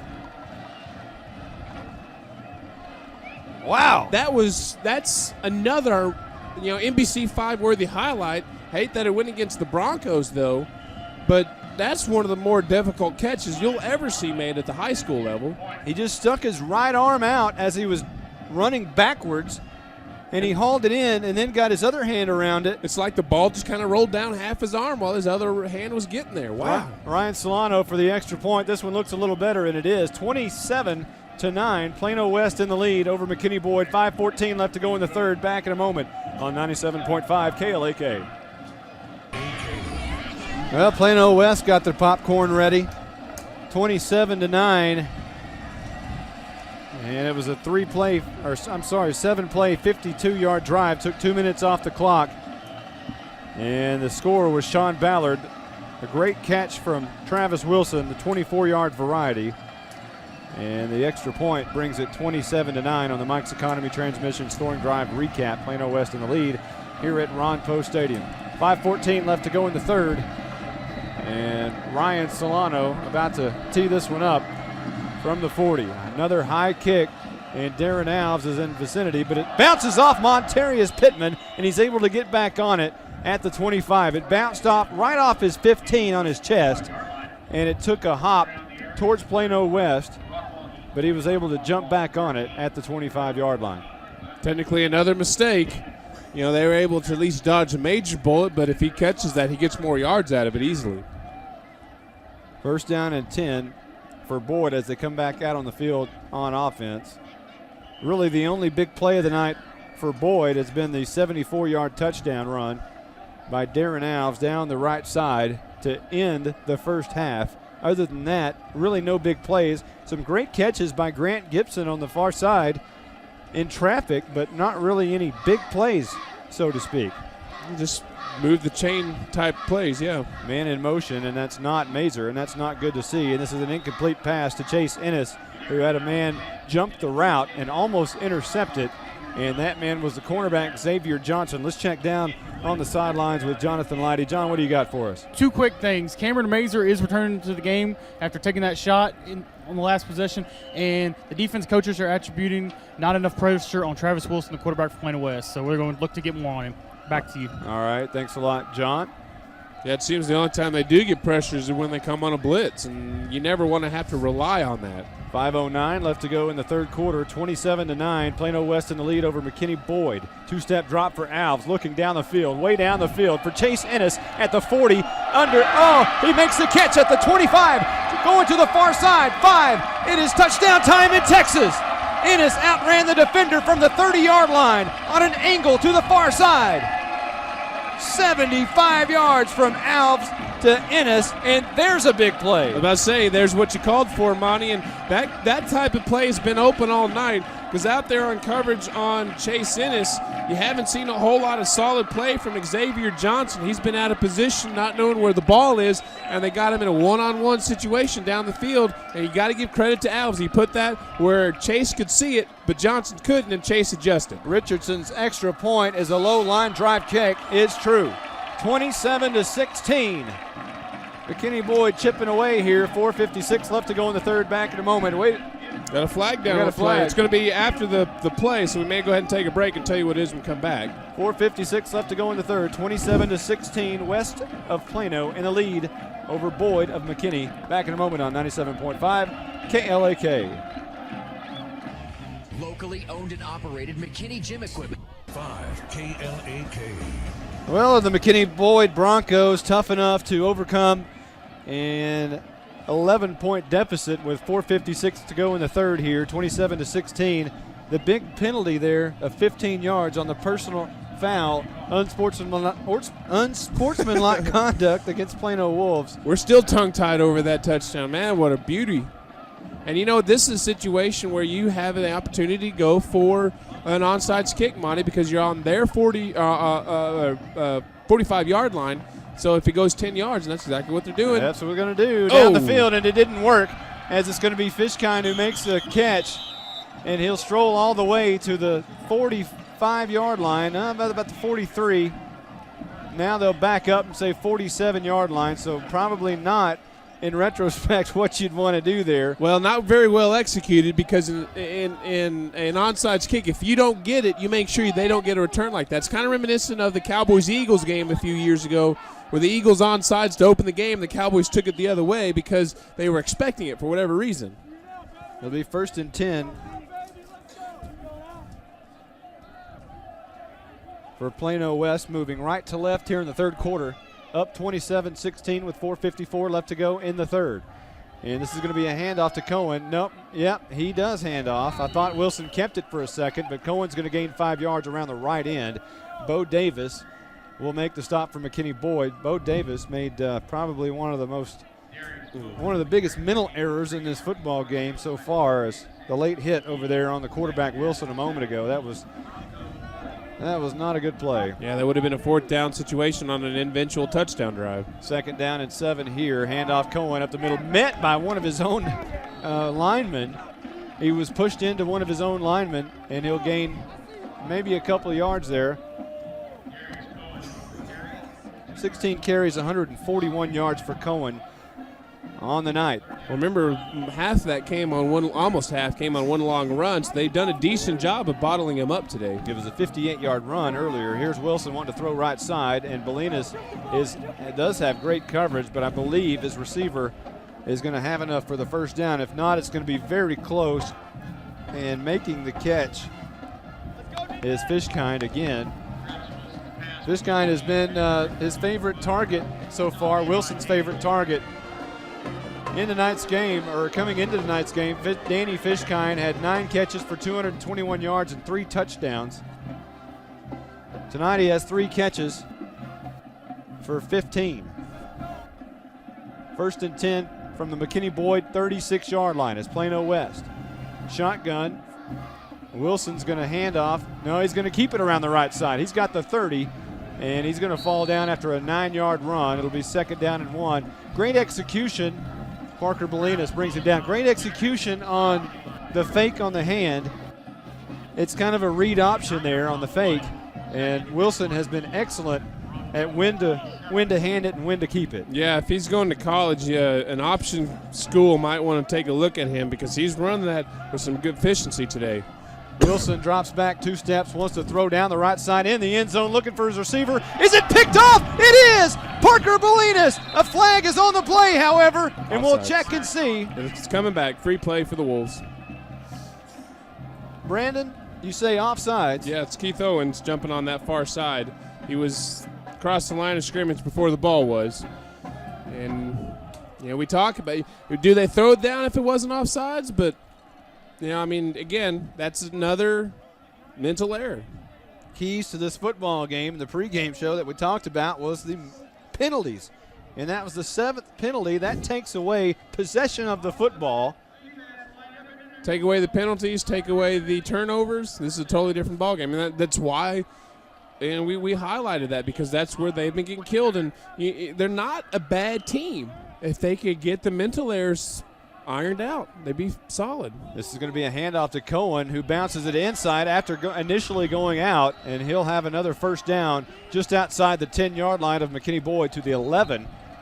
And now looks like there's some heated arguments on the far sideline. I wonder who it's going to be called on. Cameron Mazur got ripped out of the pile. He's normally a cool head, but this is definitely a personal foul. Parker Bolinas doesn't have a helmet on. The officials over there are trying to sort this one out on the far side. Maybe John Leidy got a look at it. I don't know if John was able to get a look at that one or not. John, did you get a chance to look at it? Guys, I did, and it appeared that the Plano West player was on top of Parker Bolinas and Parker Bolinas had his helmet ripped off, but it appears they're kicking him out of the game. I'm going to have to double-check that out real quick. Come back to me in about 2 more plays, okay, guys? All right, as a new cornerback will come into the game for McKinney Boyd, Corey Salney. Customer service and reasonable prices. JBS Expressing. Okay, we're going to have offsetting personal fouls here, Monty.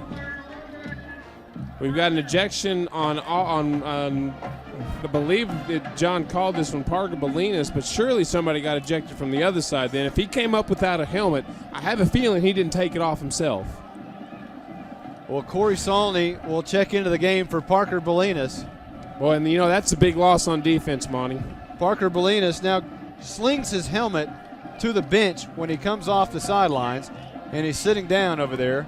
You know what? I've actually been in that same situation. I know exactly what he's going through. You're so frustrated because you don't believe you deserved it. 1st and 10 from the 11. Handoff, Cohen. And he's running left side and stopped right there at the 10-yard line. Maybe that'll give a spark to the McKinney Boyd Broncos that they've been needing. And it looks like Darren Alves is going to check in at cornerback. So we talked about it in the pregame show. Here comes Corey Salney off the field. Lamar Peoples will now move over to the far side, and Darren Alves to the near side at cornerback. He'll be shading Drew Hawley, who hasn't caught a pass yet. Yeah, I'm glad we're finally seeing this because he teased me in the pregame, Monty. Rolling left is Wilson looking in the end zone, looking for Hawley on the backside, and he overshoots his receiver wide open. in the back of the end zone, and it falls incomplete. On the chase was Cameron Mazer. He was looking for his receiver, Blake Baldridge. But dodged a bullet there, Monty. That's almost as wide open as you'll ever see. So it'll be 3rd down and 10. Remember, Plano West can get a first down at the 1. It's 3rd and 10 from the 11. 1:59 left to go in the third quarter. 27-16, Plano West. Rolling out right. Wilson still rolling. Now it's Tux. He's at the 15, the 10, the 5, in the end zone. Touchdown, Plano West. Travis Wilson from 11 yards out wanted to throw the football, found no one, and then scrambled his way into the end zone. Boy, that's just bad tackling. I mean, there's no other way where they had him. I'm not sure he was even touched. Well, that one guy had him around the waist, but he was so out of position. And that's the thing. He's not Darren Alves here. He's not making moves that make your knees buckle. If you do solid tackling, read his belt buckle, that'll tell you where he's going, but they're out of position. And it's just, that should have bone a made tackle somewhere. Here's Ryan Solano's extra point, and it is true. 34-16. This one's looking like a rout now at Ron Post Stadium. Plano West over McKinney Boyd back in a moment on 97.5 KLAK. 1:49 left to go in the third quarter. 34-16. Plano West in the lead. Mike's Economy Transmission scoring drive recap. 8 plays, 47 yards. Took 3 minutes and 7 seconds off the clock for Plano West. Travis Wilson just scored on an 11-yard touchdown scamper. And Ryan Solano bangs the JBS Express kickoff 5 yards deep in the end zone. And McKinney Boyd will start at their own 20-yard line. Where's that been all game? He boomed that one. And they kicked into the wind and did that. Wow. Solano with a big leg. He's been kicking the high kick that Cody Sieber has been taking about the 20, but he banged that one deep. And now we'll see what McKinney Boyd and Darren Alves, the pinball wizard, can do on offense. Moving left to right towards the north end zone from their own 20-yard line. $1:49 left to go in the third. Alves is going to run straight up the middle looking for a block, and he gets one from Jeremy Rain. And, brought down by the jersey at the 25-yard line. There is a flag down. It was Jackson Jeffcoat, the big defensive tackle, who slung him down by the back of the jersey again. There's that horse collar tackle. Remember, they said on a run up the middle, you can't do that. But that was clearly not up the middle, so. They're going to call a face mask there, what we thought was the back of the jersey. That's probably the same call. They don't have a signal for grabbing by the horse collar. Hey, people have said Darren Alves has eyes in the back of his head. Maybe he does need a face mask back there. Maybe. But, that's a risk Darren Alves takes every time he runs the ball because he's so quick and so elusive that sometimes that's all defenders can grab. And, boy, that's a needed penalty. 1st and 10 from their own 39 after the penalty. $1:37 left to go in the third quarter. 34-16 Plano West. Alves in the guns. Going to hand off. No, he's going to fake the hand to Pittman. Rolling right, throwing on the run. Cameron Mazer makes the catch shy of the 50-yard line and out of bounds on the run at the 49. A nice catch by Mazer, who just had time enough to turn around and look. The ball was right there. He stuck his arms up and made the catch. Yeah, it's a moot point now since he made the catch, but there could have easily been a pass interference call as there was some contact before Mazer was able to put his mitts on that one. But, man, if this offense can keep it up, it's not over yet. You just need to start churning out some yards. It'll be third. Is it 3rd and 1 or 2nd and 1? 2nd and 1. Alves under pressure, rolls right, steps back, throws the ball out of bounds, and incomplete. It'll be 3rd and 1. Monty, it's funny how Darren Alves makes people look silly. He coming in on a blitz from the outside is you had, I don't see him here, Reed Dillard coming straight, got a clear shot at Alves. And all of a sudden, Alves makes a juke one way. Dillard has to change direction totally. Alves does it again to him. He has to change direction. By that time, Alves just throw it away. 4 out of 9 on 3rd down for McKinney Boyd. And I'm going to tell you what, there's a kid on the field who looks above everyone else, and that's Jackson Jeffcoat, the defensive lineman for Plano West. He is a monster out on that field. That's one reason they have been able to rush. 3rd and 1. Alves in the gun. And he's going to get it. He's going to run left. And he's got the 50. He dives over the 50 for the first down into Plano West territory to the 49-yard line. A first down for McKinney Boyd. They'll move the sticks. And now inside Plano West territory, McKinney Boyd is on the move. This is exactly what they need, like I alluded to earlier. It's not over yet. It's still only 2 or 3 scores to go, depending on how you get them. And you just need to keep churning down. After this play, we'll check down with Jonathan Leidy. It's 1st and 10. 2 stand-up tight ends, and Alves is going to fake the hand, and he wants to throw again. On the run, up for Mazer, and Mazer almost has to play defender there and knock it down because the cornerback, Xavier Johnson, had a beat on it, but it falls incomplete. And we'll check down with Jonathan Leidy, who has some information on Parker Bolinas. Go ahead. I do actually got it from the horse's mouth, or in this case, the Broncos' mouth. But Parker had been nagging this guy all game long, and the two of them basically got in there, and Parker had him in a headlock and asked Coach, well, why did I get ejected for only having him in the headlock? But it was kind of one of those things, fighting's fighting. Back up to y'all. It's kind of a redundant question. You answered your own there. Hey, it's football, right? I got him in a headlock. What's wrong with that? Well, you got him in a headlock. 2nd down and 10. As McKinney Boyd is Parker Bolinas less. Here's Alves rolling to the right, throwing, and it is almost a great one-handed catch by Chase Ennis, who put his big left paw up there. And he was around 2 other defenders, J.T. Thomas and Xavier Johnson, surrounded him, but somehow Ennis got his big left paw and almost hauled that one in. Yeah, and if he didn't, that would have been an easy interception for Johnson, who was standing right there waiting for it. But luckily it goes through J.T. Thomas's mitts as it on its way to Ennis. Boy, man, I mean, it's 3rd and 10 here. I wouldn't say it's 4-down territory, but you need to get something here. Alves 14 out of 24 with 209 yards through the air so far tonight. He drops back 2 steps, wants to throw again right down the middle, and this one's almost intercepted, almost interference. He was trying to hit Cameron Mazer again. Both of the defender and the receiver there were at the same time. Chance Hutchinson, the defender, and I thought for a moment there might be a flag. I thought so too, but apparently not.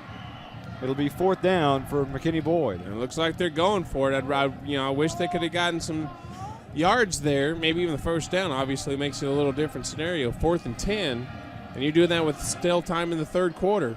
Risky. 0 for 1 on 4th down so far tonight for McKinney Boyd. 2 receivers to either side. Alves, 2-step drop, under pressure, steps up in the pocket. Now he's coming right, wants to run. He's got the 50, he's got the 45, he's got the 40, 35, down at the 32-yard line, and a 1st down on 4th and 10. Nice. And he almost got horse collar yards. tackle. Do you see that, Monty? The defender grabbed it, but didn't yank him down. Real close and borderline, and like I say, he's so shifty and elusive that sometimes that's all you can grab because he's not a big guy, so that gives you less area to grab for. And when you're taller than he is, when you reach out, it's the horse collar tackle that you're going to get. Alves limping a little bit, but he looks okay. 128 yards rushing on 28 carries. You let it expire here, give him a little rest. And we're 5 seconds until the 4th quarter, and Alves is wanting to throw to the left side. Grant Gibson, can he spin out of the tackle? No, he can't. He makes the catch at the 25-yard line. He'll go down right there, and when we come back, it'll be the 4th quarter. 34-16, Plano West over McKinney Boyd here at Ron Post Stadium. Back in a moment on 97.5 KLAK. 3 for McKinney Boyd, switching sides. It's 4th quarter time in Texas. Moving right to left. Alves wants to throw down the middle, down the left side, and way overthrows Grant Gibson. It was miscommunication, either Gibson or Alves, and now, whoa, there's a flag in the backfield around Alves, and it's going to be roughing the passer against Plano West. So a 1st down now for McKinney Boyd. Wow. Yeah, I didn't see the penalty, but what Gibson did is he ran a post, and it looked like it's one of those option kind of things. Darren Alves is expecting the flag. We have to give an assist to our producer back at the studio, Gene Kwon, who points out that Jackson Jeffcoat, man I was talking about earlier, being a stud on the field, he's the son of Jim Jeffcoat, the former Dallas Cowboy. And by the way, Dallas Cowboy great. Absolutely. You don't start 12 years for the Cowboys if you're not good. But, Monty, real quick. Hey, real quick, Jim Jeffcoat played for Landry, played for Johnson, played for Barry. Did he play for Barry? And was it a 1st and 10 for McKinney Boyd, right to left at the Plano West 12-yard line. Shotgun. Alves. He's going to run to the left. Chase down, and this is Jeffcoat who brings him down from behind. A tremendous play at the 16-yard line. Yeah, Monty, just some third quarter into the third quarter stats for you. It's fed to me by Kevin McPherson.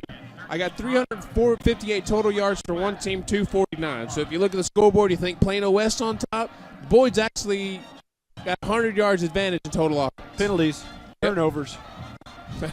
They put one of their touchdowns without even having to have the offense on the board. They were sitting on the sideline watching the defense take one in.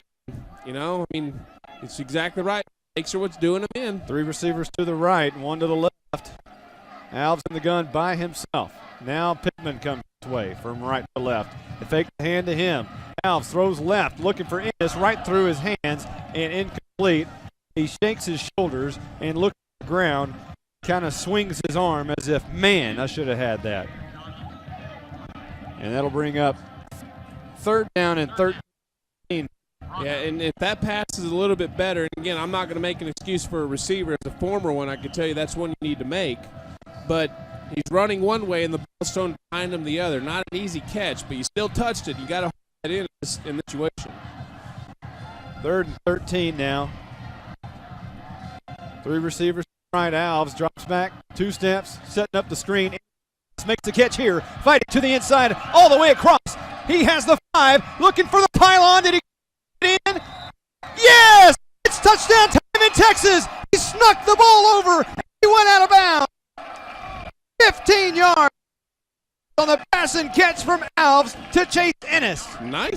I didn't think he had it. I was one, got a 1st and goal situation. The official calmly walks down, looks at the pylon, and puts his hand in the air. Kind of an anticlimactic way to get this one, but the the Broncos just aren't going away in this one. I don't know if it's heresy to call them the wrong team in McKinney. I don't know quite yet, but, my apologies. And I believe McKinney Boyd is missing a player. John Russell trying to make his way out on the field late, and they have to call a timeout there. And another mistake. Yeah, it's the same thing. Those are things that don't show up in the stat book. But a huge mistake there by not having enough midfield. Let's say in the situation arises, you get a turnover and you take it back, and now 29-34. And you're getting down to the end of the game, you need a timeout. We don't have it because one of your special teams guys after a touchdown. That should be the most.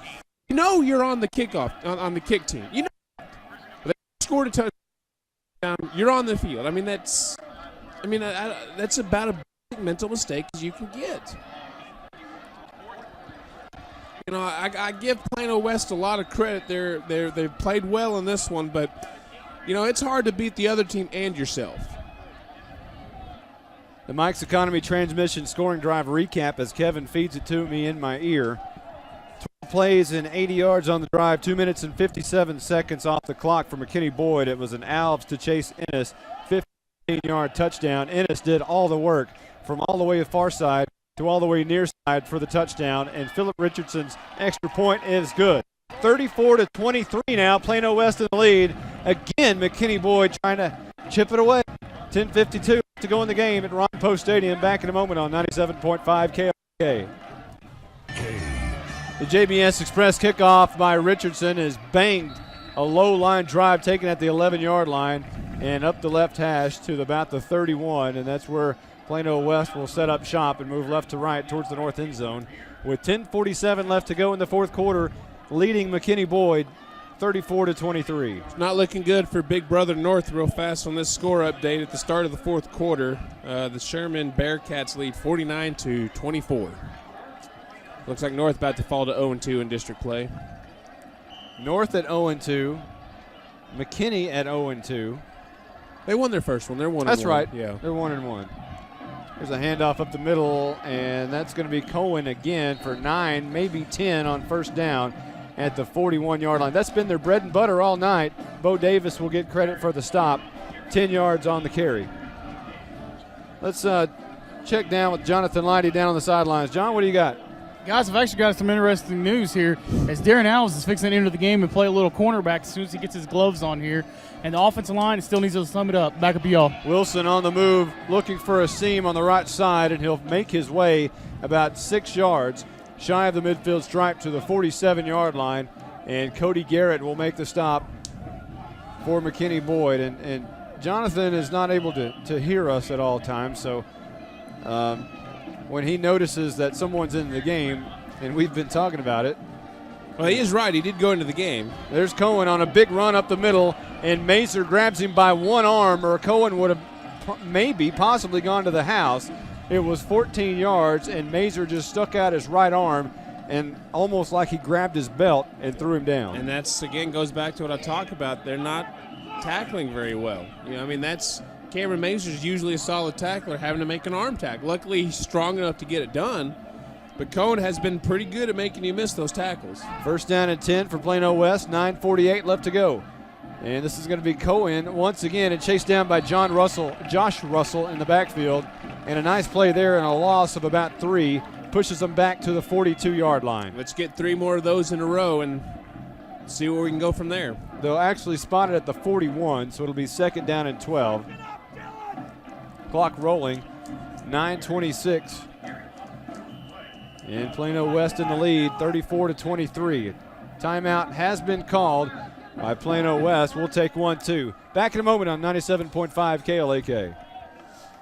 Welcome back to Ron Post Stadium, where Plano West leads 34-29 over McKinney Boyd. 9:19 left to go in the game. And it's going to be a second down and 12 situation for Plano West, who's still talking it over. The officials, we appreciate these officials. They give us plenty of time during the breaks, and maybe too much time for those in the crowd. Yeah, they're a real solid crew, Monty, and both what they do for us and what they do on the field. I mean, they run a tight ship, and, I've rarely had a complaint about their calls. And this is going to be the option. Now the end-around reverse coming near side, and that's the slot back making his way to the 35, spinning his way down to the 30. Sean Ballard on the end-around reverse, and a flag is down right at the line of scrimmage, so we'll check that and see what it is. Yeah, I'm guessing and this is what it is a guess, that's going to be a hold, and the referee backs me up. Usually that's thrown, especially when you see coming on the other side like that, because you get the lineman seeing where the defensive lineman seeing where the ball carrier is going, trying to adjust, the offensive line trying to react to that, and a lot of times they'll grab a jersey, and sometimes it's a secondary on a receiver type of situation, but usually that's what happens when you see a flag thrown on an end-around reverse. What was second and 12 now will be second and 17, and the ball will be spotted way back to the 49-yard line, still in McKinney Boyd territory. Ball on the right hash, moving left to right, Plano West with 9:07 left to go in the game and an 11-point lead, 34-23. Travis Wilson in the gun, drops back 3 steps, looks across the middle, fires it, and overthrows his receiver. It falls incomplete, and there's a flag at the end of that play, roughing the passer. And once again, it's the over-aggressive Bo Davis. Yep. And came on a blitz, and he just flattened. I guess that was Jarrett Horan who was trying to block him. But by that time, Wilson got it out, and if you take more than a step and a half to get to the quarterback after he's released it, that's an easy call. 2 huge penalties against Bo Davis, both of them extremely costly. And being a personal foul, that's an automatic first. You could be looking at second and 99, and that's an automatic first down. And when you're trying to come back from 2 possessions, you've got to keep your head into the game. Well, we are talking about a sophomore, and that's true. That's how sophomores grow, but you and hate to see them grow at this point. I'd rather him be aggressive than passive. Wilson on the move, runs the option to the left, pitches it out to his tailback, and that's the new tailback, Jarrett Horan, into the ball game. Josh Russell will make the stop. It'll be a gain of about maybe 2 yards. And I think the reason I'm more frustrated at that penalty is because he did such a good job of just getting off the block of Horan on that play. It was a really good job. One thing we'll say about Bo Davis, if you're a sophomore playing on varsity in 5A, you're there because you're aggressive. You're there because you have talent. He flattened Horan, so that proves it. At some point, you have to level off that aggressiveness, though. Exactly. Here is a handoff up the middle, and that's Horan once again. Out to the 27, to the 25, down to the 20, and out of bounds at the 22-yard line. Actually, they'll keep the clock rolling at the 18-yard line. A 13-yard gain. Cody Sieber on the stop for McKinney Boyd. The clock's still rolling after they moved the chains here. Right now it's at 8:32. And the sad thing is, Monty, the defense isn't playing badly. They're really just a small defense in 5A. I mean, they really are. And the Plano Wolf offensive line, because they have a size advantage, they're able to do a little bit more. 1st and 10 from the McKinney Boyd 18, left hash. And I thought whistles blew, but now they'll change the play. Plano West, Travis Wilson will change the play at the line of scrimmage. And he drops back 3 steps, wants to throw it in the end zone, looking for his receiver who is pushing off. He makes the catch. It is a touchdown for Plano West, but hang on. Yeah, I think he pushed his defender in the back. That's an obvious penalty. Corey Solney was right there. And all of a sudden, when you see that helmet fly backwards as you're falling forward, that's a little bit of a tip-off. Makes it easy for the officials. That was Denzel Love, who was guilty of the infraction, and they'll bring that one back. Not a good game for him. He had one go right between his hands in the first half. He gets thrown to on this one, and he gets an offensive pass interference call. And you know what? That's about as easy as they come, Monty. I mean, that you might as well put that neon lights on the Vegas Strip. It was that obvious. Well, Bo Davis, you might feel a little better there. There's a 15-yarder going the other way. 6 penalties for 62 yards for Plano West now. 8:04 left to go in the game. 1st and 25 for Travis Wilson and Plano West and company. 2 receivers to either side and 1 man in the backfield. They're going to hand off to him, and that's Harrell on his way to the 20. Look out, 15, down to the 10, to the 5. He's very fast, and he's down at the 1-yard line. No, he's in. They're going to say touchdown for Plano West. Jarrett Horan, 33 yards for the touchdown. So 1st and 25 at the 33, and you let him score. All of a sudden, we've got a scoreboard They only frenzy. had 14 at the half. Yeah, that goes back to that size advantage. These guys, while they haven't been on the field as much, Boyd still has a time of possession advantage. They've been getting beat down all night long, and it looks like it's starting to wear on them. Here's the extra point by Solano, and it's true.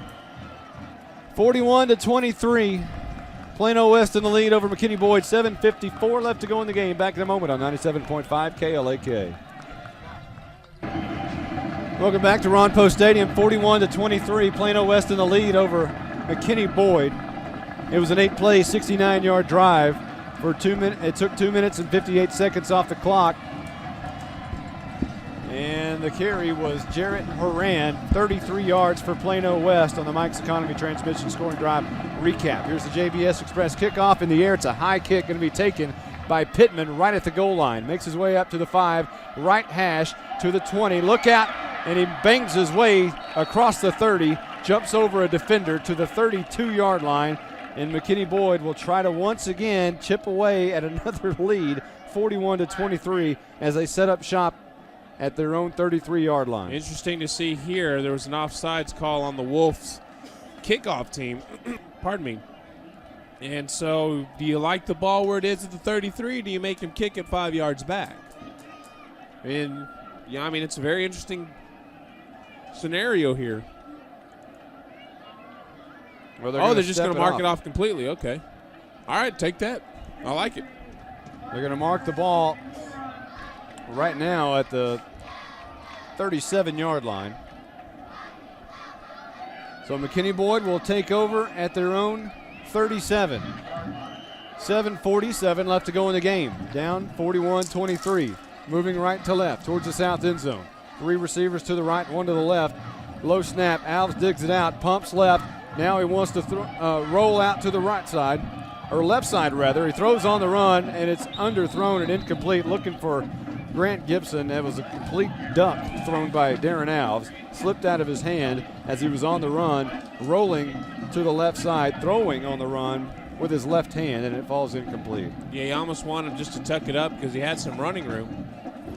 But instead he tried to think, you know what, if you throw to Gibson, I'll take that risk. Let's check down on the field with Jonathan Leidy right after this play. We'll come down to him right Guys, after the defensive coaches are reiterating the fact that they're calling stunts that should put them right in the gap where the runner's going, but they're running themselves right out of the play, and it's going for a touchdown. Back up to y'all. All right, thanks, John. You got it in. Second down and 10. Alves drops back, looks left. Gibson makes the catch about 5 yards past the line of scrimmage. And it'll make its way to the 42-yard line. Gibson all alone. They were playing well off of him. He ran just a 5-yard hook. 8th catch for 72 yards for Grant Gibson. Let me try a new shot at nickname. The Gobbler. How about that? He gobbles up all the footballs in here. Boy, I like that and a lot better. Very Halloweenish, too. Under pressure, Darren Alves sneaks out of it, goes up right side, gets away from everyone, now running for his life at the 45, knocked out right on the stick at the 47-yard line. That's vintage Dallas for you. When he dropped back 2 steps, he had 4 defenders right in his face. And J.T. Thomas is going to knock him out of bounds, and it's going to be 4th down, and they're going to give him a left-footed spot here, Brandon. Finally, one of the stick guys started to move on a first down. The line judge had to send him back. How does he hit the pylon as he goes out? There you go. That's what it was. They started to move. Both of them started to move the stick. So he's only, what is that? I guess 6 inches shy. Okay. Now they move the. It's a little bit. Yeah, I agree with you. They had the sticks off for a moment, and now they put them in their proper position, and it's going to be 4th and about maybe 1 football length. To pull back the curtain, the way the sticks work is they've got a little marker that they put on a yard line, on one of the long yard lines, so they know exactly where it goes in that type of situation. 4th and 1 for McKinney Boyd, right to left. 6:56 left to go. Alves in the gun. Mazer in the backfield. Alves wants to run left side, looking for a block from Mazer. He gets it. No, he misses 1 block, but he gets the first down to the 40, maybe the 49. Now they'll mark him at the 50-yard line on forward progress, and they'll move the sticks.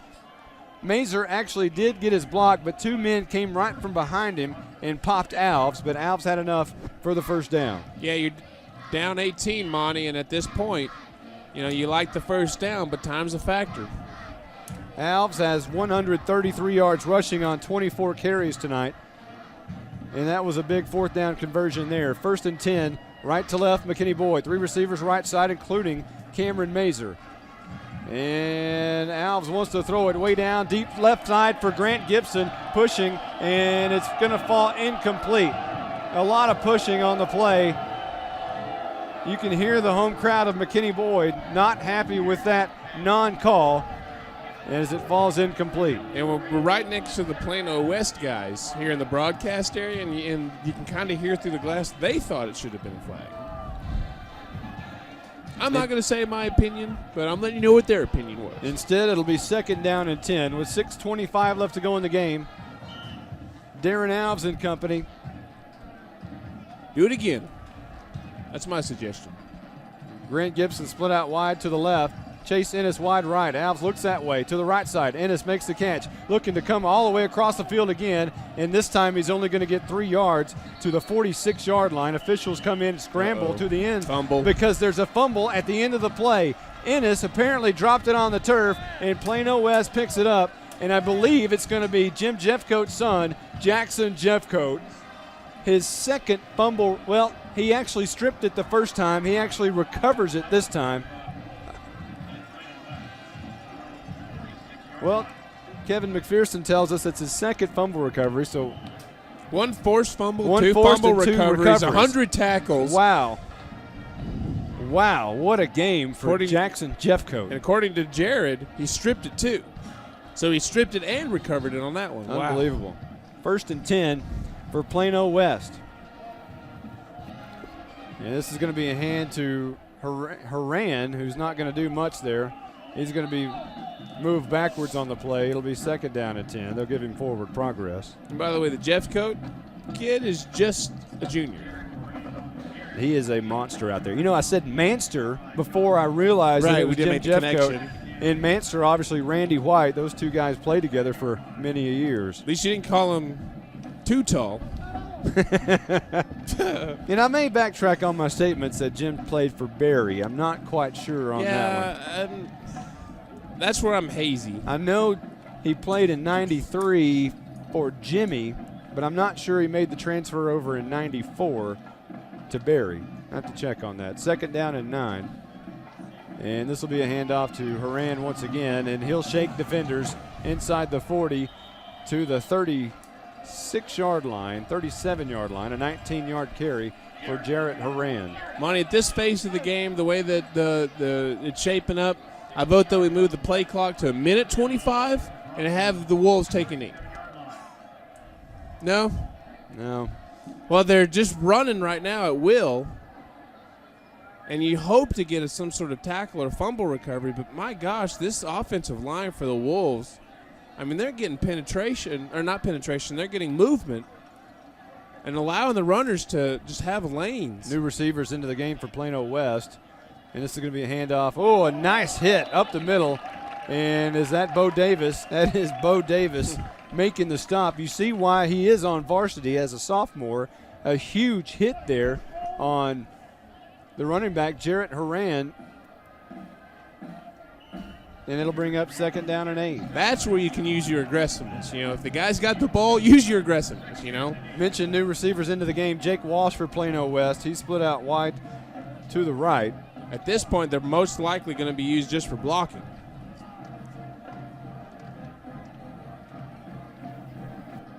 Travis Wilson, he wants to run the option to the left, and he does. Haran gets it, and another great play out there by Cameron Mazer.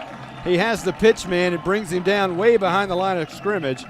A great play by Cameron Mazer. Now the key is to don't just stop him here on the 3rd down, because you know, you look back at the 1st and 25, they went 33 yards for a touchdown. This is kind of a similar situation. They're looking at what about a 3rd and 13. You know, you don't need to give up 13 or more. 6-yard loss. 6 out of 11 on 3rd downs for Plano West, as they have it 3rd and 13 here with 3:35 left to go in the game, taking all the time that they can. There's 9 seconds on the play clock. They finally get up to where they want to snap the ball. 5, 4, 3, 2, and they snap it. Handoff, Jarrett Haran, who's met initially at the line of scrimmage, bounces away to the 33-yard line, still well short of the 1st down. It'll bring up 4th down and probably about 6 or 7 here. Well, and this puts the Wolves in an interesting position. They're inside the 35, so it's not close enough for a punt. You know, not far enough. I'm not so sure that Ryan Solano couldn't bang a 50-yarder here. And it's right at the edge of that range. So, I mean, they may go for it on 4th down, but they're not doing it to taunt it or anything like that. It's just they're in a bad spot in the field to do anything else. Travis Wilson finally gets the play. 5 seconds on the play clock. 4, 3, and they snap it and run the option again. And this time he gets his block on Adamczyk, but right there to make the stop on the quarterback is the other linebacker, Josh Russell. Great technique by the linebackers on that play. One took the pitch man, one took the quarterback, and that was a successful turnover on downs for McKinney Boyd. Let's check down on the field with John Leidy on the sidelines. John, what do you got for us? Guys, that's turnover downs right there. They've got 2 minutes and 35 seconds to see what they can do. It's going to take 2 possessions in order to win this game, guys. 2 possessions. Back up the yell. 41-23, Plano West in the lead, and a timeout has been called. We'll take 1-2 back in a moment on 97.5 KLAK. Welcome back to Ron Poe Stadium, where Plano West is trying to put the final nail in the coffin here. 2:35 left to go. They lead by, they lead 41-23. I'm not going to do math right now. I'll do it for you. There would be no math. 18, and I'll correct John there. That's actually 3 possessions. 1st and 10 for McKinney Boyd. Got their work cut out for him here. And Alves wants to throw right side, looking for Ennis. No, that's Colby Matsky into the game, and he makes the catch to the 42-yard line. The clock will roll. He was about 4 yards away from the out-of-bounds marker, and Xavier Johnson on the stop. And it'll bring up 2nd down and 3. Call it a 7-yard pass and catch from Alves to Colby Matsky, and he'll stay into the game. Chase Ennis is out. Remember, he did put the ball on the ground. Alves in the gun, 2nd down, and he fumbles the snap. Now he has to run for his life. Rolling out to the left side, throws on the run, and it's going to be incomplete. He throws it out of bounds. A smart play by Alves just to throw it away. You know, he's doing that a little bit more and more. And, you know, there's times where no gain is better than, you know, a loss if you try to make something out of nothing. And I think he's starting to learn a little bit at the 5A level. You're not going to be able to squeeze out of those things like you could at the lower level. Well, that's also what happens to a young man when he's a sophomore quarterback into a junior quarterback. Imagine what this young man's going to be next year. I mean, he's stellar now, you know. He was stellar last year. Third down and 3, $1:57 left to go. Alves handoff up the middle, and fighting for his yardage is a new running back into the football game for McKinney Boyd, and that's Zach Jones, and he's not going to get the first down.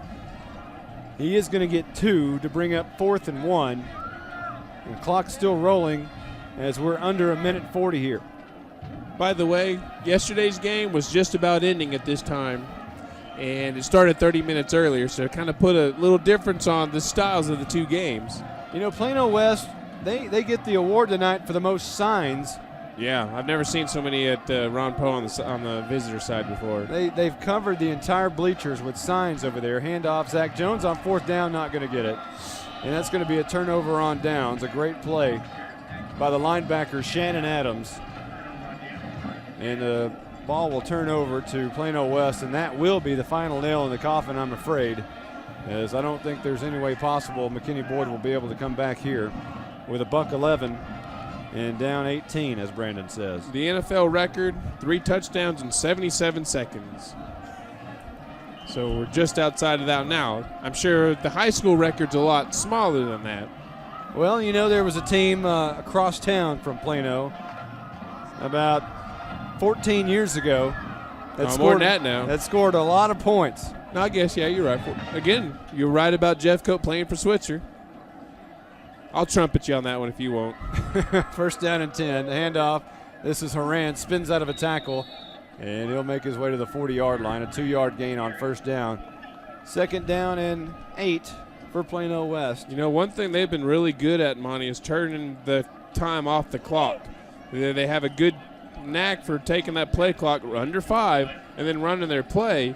And at this point, you're looking at one more play if they continue with that, because we're under at 45 seconds and at 15 on the play clock. Plano West has 295 yards rushing, and that's what they'll end with tonight, compared to 59 passing as they down it right there. Clock says 30. Play clock not rolling yet. We'll see what said it. And this is where the officials start to get a little, you know, slower in getting that chain set. And that's exactly what happened. That's the last play. Yep, that's your ball game. As there's still 15 seconds on the clock, but everybody knows it. Yeah. Plano West dances off the field in their white uniforms, and McKinney Boyd a little with their heads down, coming off the field toward the near side. It's a tough loss tonight. It was exactly what we talked about in the pregame show. Penalties and turnovers, and that really was the basis of this football game. You take away all of those, you know, bad plays by McKinney Boyd, and this is a completely different game. I guess you can say that about any game, but this one in particular, one turnover was a touchdown. Directly, yeah. And one penalty led to a touchdown. The personal foul out of bounds. And another turnover led to an offensive touchdown. So, you know, and Monty, it's like we say, you know, it's tough to beat your opponent, but it's tough to beat your opponent and yourself. And at this level, there's almost no margin for error. You can't just go out and say we're going to commit 10 penalties, turn the ball over 3 times, and we're going to come out smelling like a rose. Well, we got to come up with a McKinney Gym Equipment player of the game, and we'll try to sort that out and see if we can. We know it won't. We know it probably won't. It won't be Parker Bolinas, who I don't believe is eligible for the McKinney Gym Equipment player of the game tonight, as he was tossed out of the game. We'll let John decide. Well, it's 41-23, the final tonight here at Ron Poe Stadium. Back in a moment with the postgame show on 97.5 KLAK.